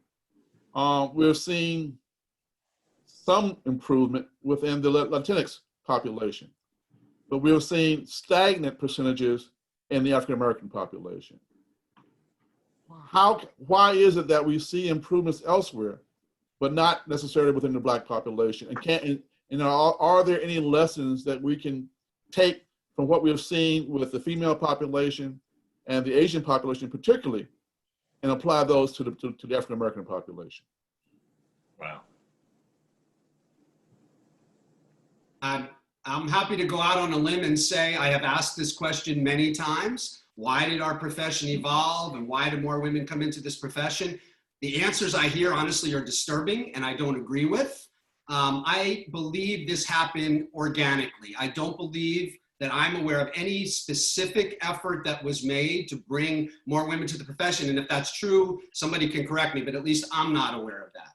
This is not going to happen the same way with Black students. This is not going to happen the same way with Latinx students. We're not going to just wait and hope that things just evolve. I don't see it happening that way. We must make efforts, but perhaps there's other members of the panel that can give an answer as to why we've seen that. I have asked the question many times, and again, I'll say the answers I get are not ones that I'm willing to accept.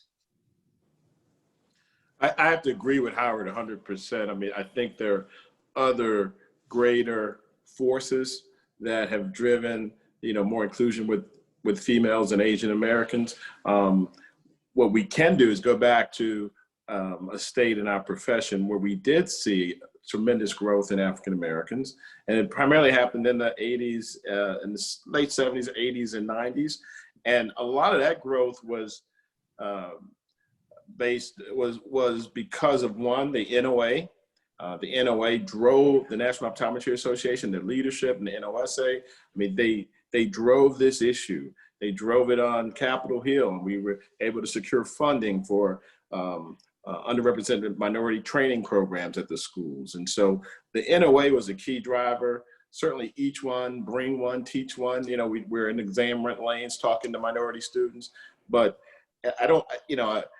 I like what Howard's saying. I think the industry has to make it a priority, and we've got to fund it. Today, the federal funds aren't there that were available 20, 30 years ago, Howard. So if it's not coming from federal grants and federal loans, the only other opportunity for us today is the industry. And so I agree with Howard.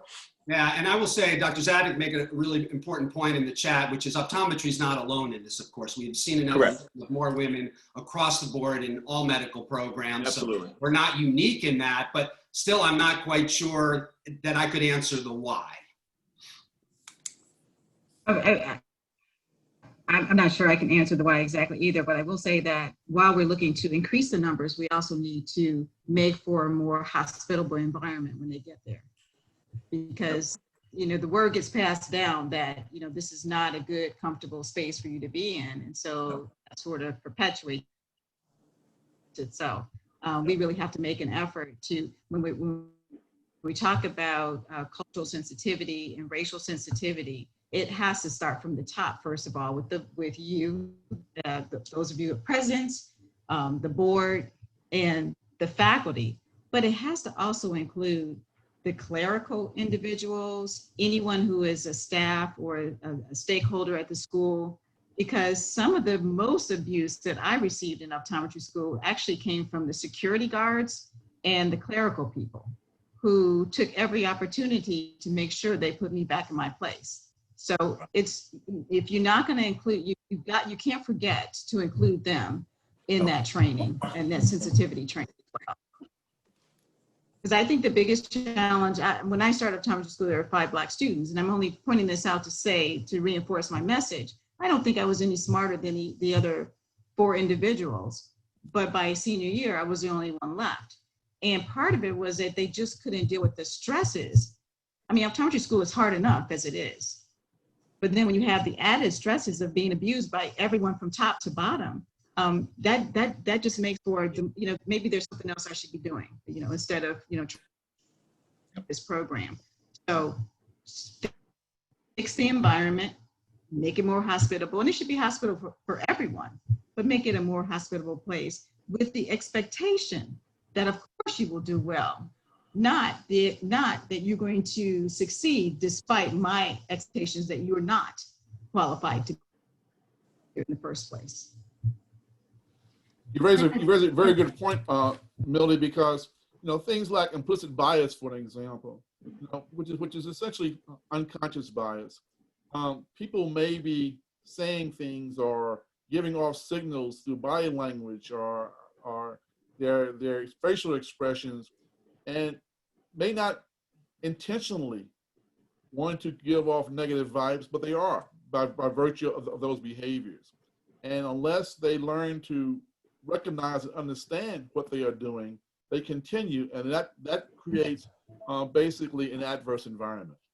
That's why I think having a requirement for cultural competency to talk about implicit bias, to talk about microaggressions, what they are, how they come about, and their impact. Because I may say something to you, but you may hear something totally different.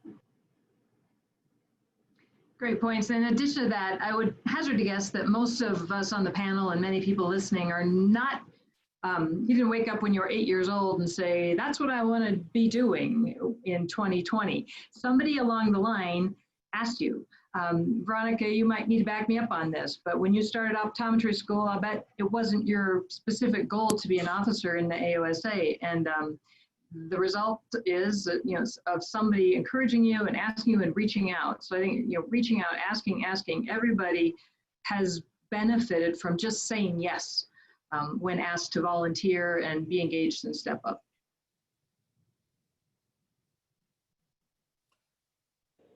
Yeah, I would agree with that. And I think mentorship has a lot to do with it. And I think that that's something that maybe Black students are lacking is mentorship. And I think that needs to be deliberate in the student population. Mentorship, and then I would add sponsorship. Let's not forget also, just talking to people. I did not discover optometry until a month before I graduated as an undergrad. And that was because I had a classmate by the name of Mel Ship, who was actually working for a faculty member in work study, and just asked me had I considered optometry as a career. Next thing I knew, I was enrolled in classes. So, the serendipity of it all sometimes makes sense as well. We're getting close. It's about 8:45. So I want to kind of circle back to what I said earlier about listening from each of you, 2 to 3 intangibles, things that we can take away from this discussion and look to maybe put into action. Because we can talk all day long, but until we have actionable items with intended outcomes that we can actually strive to achieve, we are really not making a lot of process. So to kind of do that, I'm going to kind of go in reverse order from what I did earlier, and start with Dr. Shogay. Thanks, Dr. Marshall. So, I'm encouraged by the folks on this panel, and I am looking forward to what happens post-panel, and continue to work across the aisles. So really what my hope is to come out of all of this, I'll just restate, is to see educational efforts for the students and make it mandatory, as well as for licensure through continuing education, and wanting to hopefully create grants and funds for schools who want to have recruitment initiatives and efforts in order to make some of these things that we're talking about possible. And then, of course, continued trainings that are about awareness. So those are the things I would like to see from this conversation and what happens post-panel. Okay. Veronica? Gotta unmute myself. So I think some of the takeaways for the AOSA side are try to find common goals across organizations, trying to collaborate with not only AOA, but other organizations in optometry. I think it was a really interesting question, why there's been an increase in women and Asian people in the profession, and maybe taking a deeper look at the reasons why students choose optometry as a profession. Where does it start? What age? Is there an influential person involved? Kind of harness that and maybe use that in our efforts to recruit Black students. And then maybe developing some sort of programming for deliberate membership or mentorship for Black students.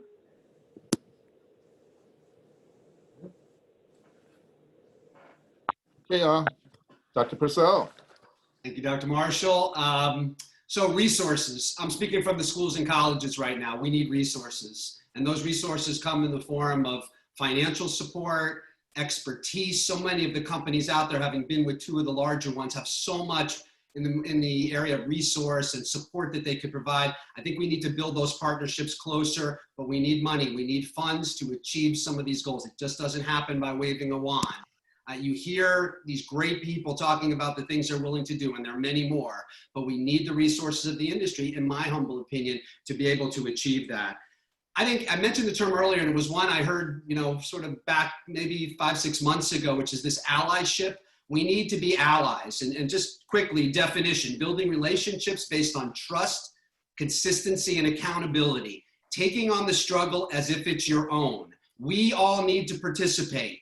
And if we do, and we are true allies, I believe that will be a real enabler for us to achieve a lot of the goals. And finally, and I think it's something that's been said probably several times, lots of great ideas going on all over the place. How do we collaborate? It's one of the reasons I really love the idea that came up about, and I hope we can make this happen, where all groups would be willing to come together. This is an important enough issue for our profession that we should be collaborating. And through collaboration, obviously, we can achieve a lot more. And I salute my colleagues at the Academy. I salute my colleagues at AOA for the efforts they're making. But individually, we will not achieve what we can achieve together. I know that's a bit cliche, perhaps at times, but very appropriate, I think, in this situation. We have great people wanting to do the right thing. Let's pool our resources. If it's the industry collaborative where we've started, let's build from there. If it's starting from scratch, that's fine.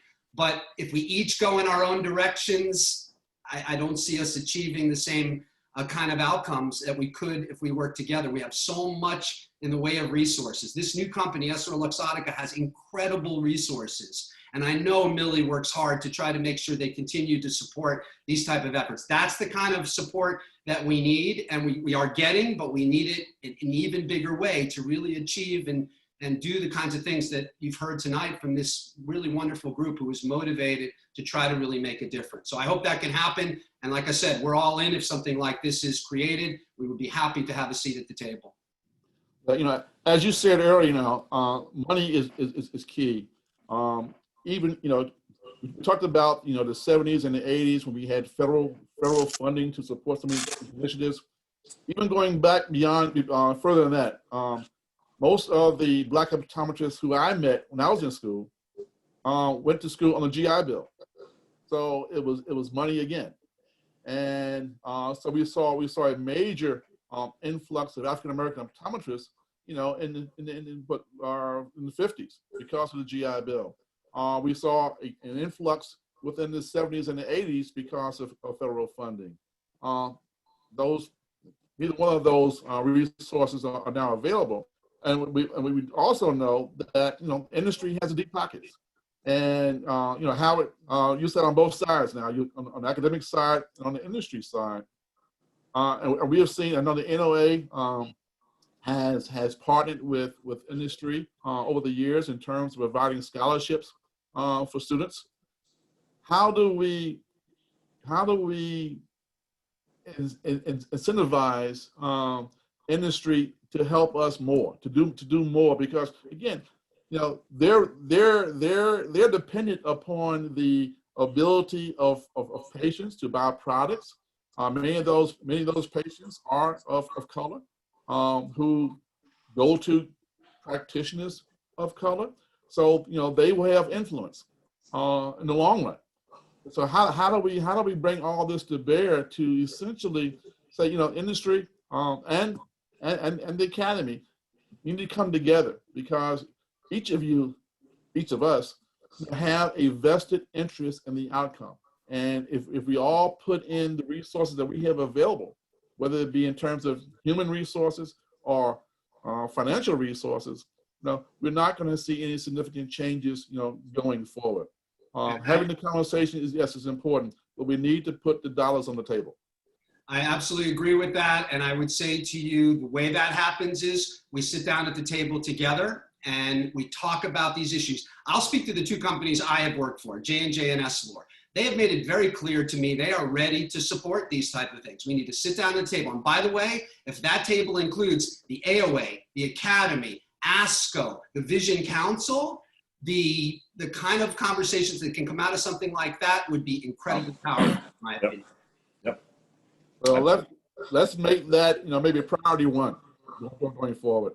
Yep. Okay, Dr. Mick, your tangible takeaways. Yeah, I want to make sure I give my colleagues time as well, so I'll do these quickly. I think the Academy would be very interested in any sort of, cross-organization collaboration to unify our money, to unify our efforts, to unify, the energy that we have. So definitely that. I was very interested in Dr. Purcell's comment about, the importance of an outside perspective, not only to recognize maybe some things that you could do better, but also to hold you accountable when you don't. Our strategic plan, we primarily used internal people as part of that process. And so that might be something that we should consider doing, is just getting an outside perspective, and then again, having accountability on that. So I appreciate that recommendation. And then from a micro level, I think I'm gonna be reaching out to Dr. Shoge, because I'm very interested about this future faculty group that she's assembled, and could the Academy play a role in continuing to support them and mentor them beyond what is being done currently with the resources that we have. So great ideas from everybody, thank you.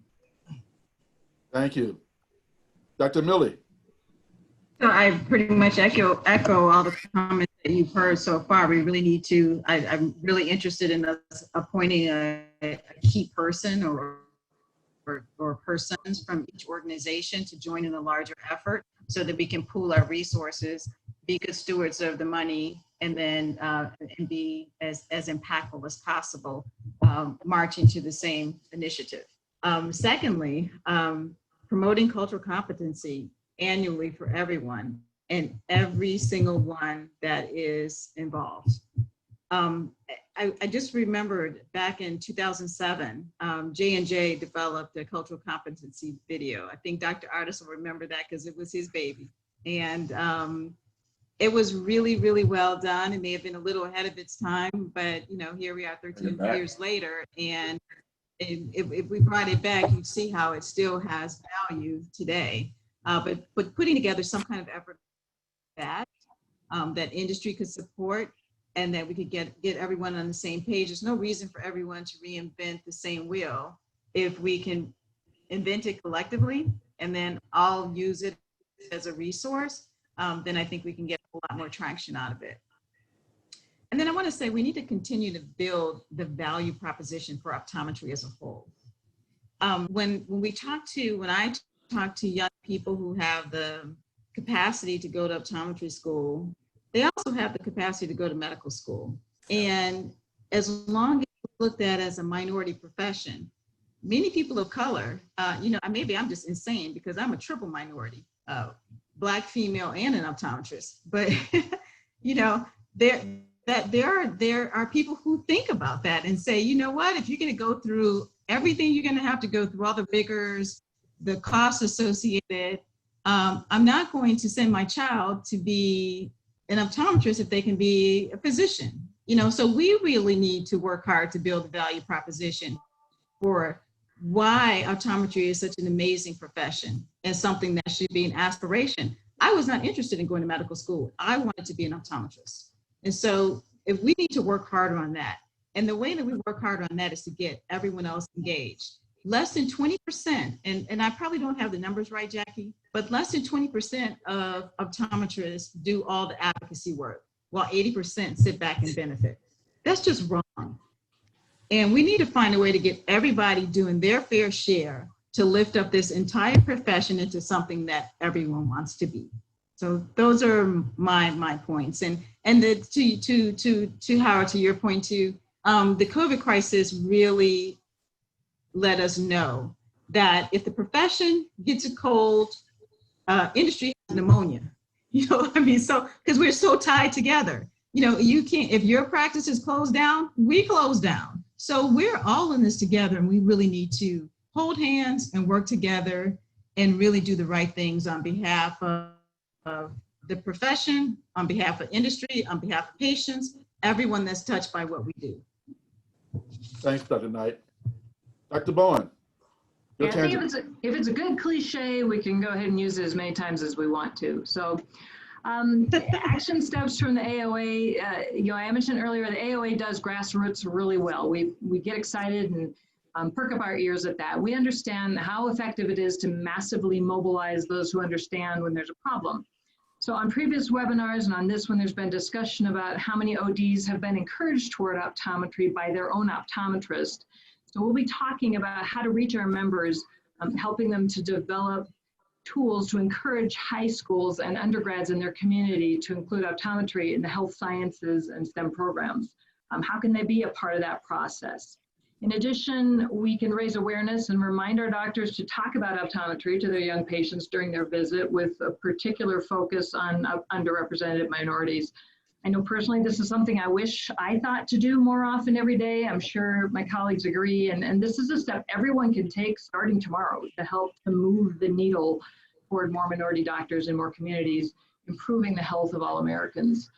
And as Millie mentioned, all those bright students who are adding optometry to their list of possibilities, they're comparing us with other healthcare professions. So more than ever now, on behalf of the AOA, we're committed to continue to ensure that there's earning potential, return on the investment, that optometrists are being well paid for what we do, that we have the ability to enjoy a multifaceted career by practicing to the full extent of our education in every state, and that there's opportunity to take part in building the profession and strengthening their community. These are all part and parcel of being an optometrist. So these are the foundations of ongoing advocacy that we support, and we're committed to making this profession even stronger in years to come, and appreciate collaborating with you on that. Thank you. Dr. Artis, you have the last word. Great, thanks, Ed. Yeah, I'm going to go back to the word I used before, and it's about relationships. And I want to share, I think, 3 tangible takeaways for each of the constituents on this call in terms of relationships. First, I concur with Dr. Bowen. Optometry was built because of grassroots relationships. Most of the ODs that go to optometry school, either they're second, third, fourth generation OD, their optometrist told them about optometry, and that's how most of us get into optometry, right? And so it is about grassroots relationships. But the 3 constituents on this call are, 1, the underrepresented African-American talented candidate, right, who's looking to get in the industry, wants an opportunity. The second constituent would be the decision makers, whether it's the corporate executive or Dr. Bowen at the AOA, the decision makers are the second, constituent. And then the third is certainly these organizations. And so the challenges to all 3. 1, if you are that underrepresented African-American person, try your best to build and forge relationships with decision makers, and don't make any assumptions that just because they're white or of a different persuasion, you can't assume. Go in and try to make an effort to do that. I worked at a company called Vision Source, and when I first went to Vision Source, the entire management was white, and it was in Texas, and I got told by many people in the industry, don't go to Texas, and you're a black man. They're going, hey, I had a relationship with those people, and those people that were really good people. So we have to move away from some of the underlying assumptions that we bring into that, right? And so number 1, the candidates, we have to be proactive, go out and try to forge relationships. The decision makers, you need to be proactive, absolutely, and try to find talented people that we can bring into these organizations. But then third, from an industry level, and I think someone brought it up earlier, Dr. Bowen mentioned that she went back and studied once she joined the diversity task force. Well, we have to provide as an industry resources. You went out and found resources on your own, Dr. Bowen, and I applaud you for that. But I think as an industry right now, particularly at this moment in time when there's so much momentum, industry's got to start educating and training across the industry. So the takeaway, relationships 1, but as the underrepresented minority candidate, we have to lean in, try to foster those relationships. Don't come in with preconceived notions. Number 2, if you're a decision maker or leader at the academy, the AOA, et cetera, and you care, you have to go out and try to forge those relationships and learn. And then number 3, industry, we have to, like Howard said, and everybody said tonight, put our money where our mouths are and provide training, education, and support for this. And so that would be my takeaway. Thank you, Dr. Artis.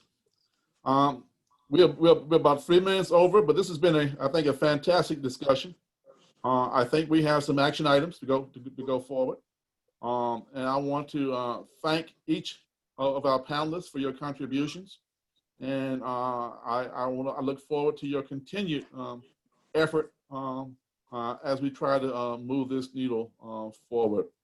Before I close and turn it over to one other individual, I want to ask each of you, as we go away from this meeting tonight, think about what is it that you can do as an individual. We've talked about our organizations and our associations, but let's make it personal. What can you do as an individual, to make a difference, and try to put that into action. So with that, again, I thank each of you. I'm now going to turn it over to Dr. Madonna to close us out. Richard, you there?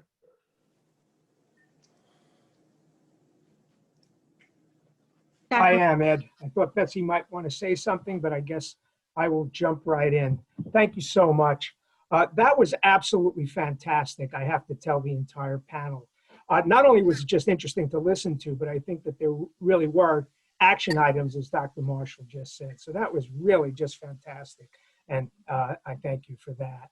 So I've been asked to close things up tonight for SUNY and the Office of Continuing Professional Education, so I will do just that. First of all, thanks to Dr. Marshall. We thought you would be the perfect moderator for tonight's webinar, and you proved us right. I also want to thank each of tonight's panelists and the panelists from our first two webinars for their contributions to this important discussion.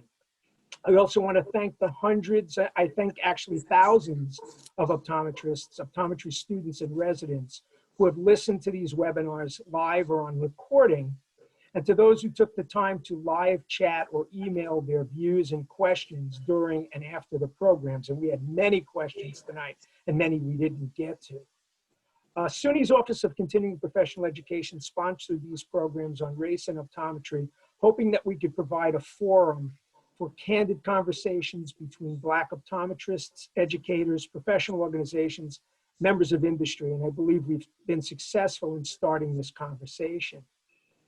That said, we hope that these conversations will continue and will lead to substantive improvements in equity, diversity, and inclusion in our profession. Well, this is our final conversation this year. We are planning on a follow-up program on Wednesday, June 16th, 2021, 3 days before Juneteenth, to assess how well we've done from now until then, as Dr. Shoge mentioned before. Put it on your calendar. And finally, thanks to Betsy Torres for her work in organizing these programs, and to Dr. Heath and the entire SUNY community for supporting our office's efforts and motivating us to develop these webinars. So thank you all. Betsy, I'll hand it to you for any last words. Good night, everybody. You said everything that needed to be said. I thank everyone who's watched all of our webinars. Please share it. The conversation, like Dr. Madonna said, has to continue. It doesn't stop today. We got to keep this is a marathon, not a race. So let's keep the marathon continues tonight, all right? Share it. Thank you all. Have a great night. Excellent job, Betsy. Bye, thank you. Thank you all. Good night. Thank you, guys. Good night. Thank you, everybody. Great job, Ed. Thank you, everybody.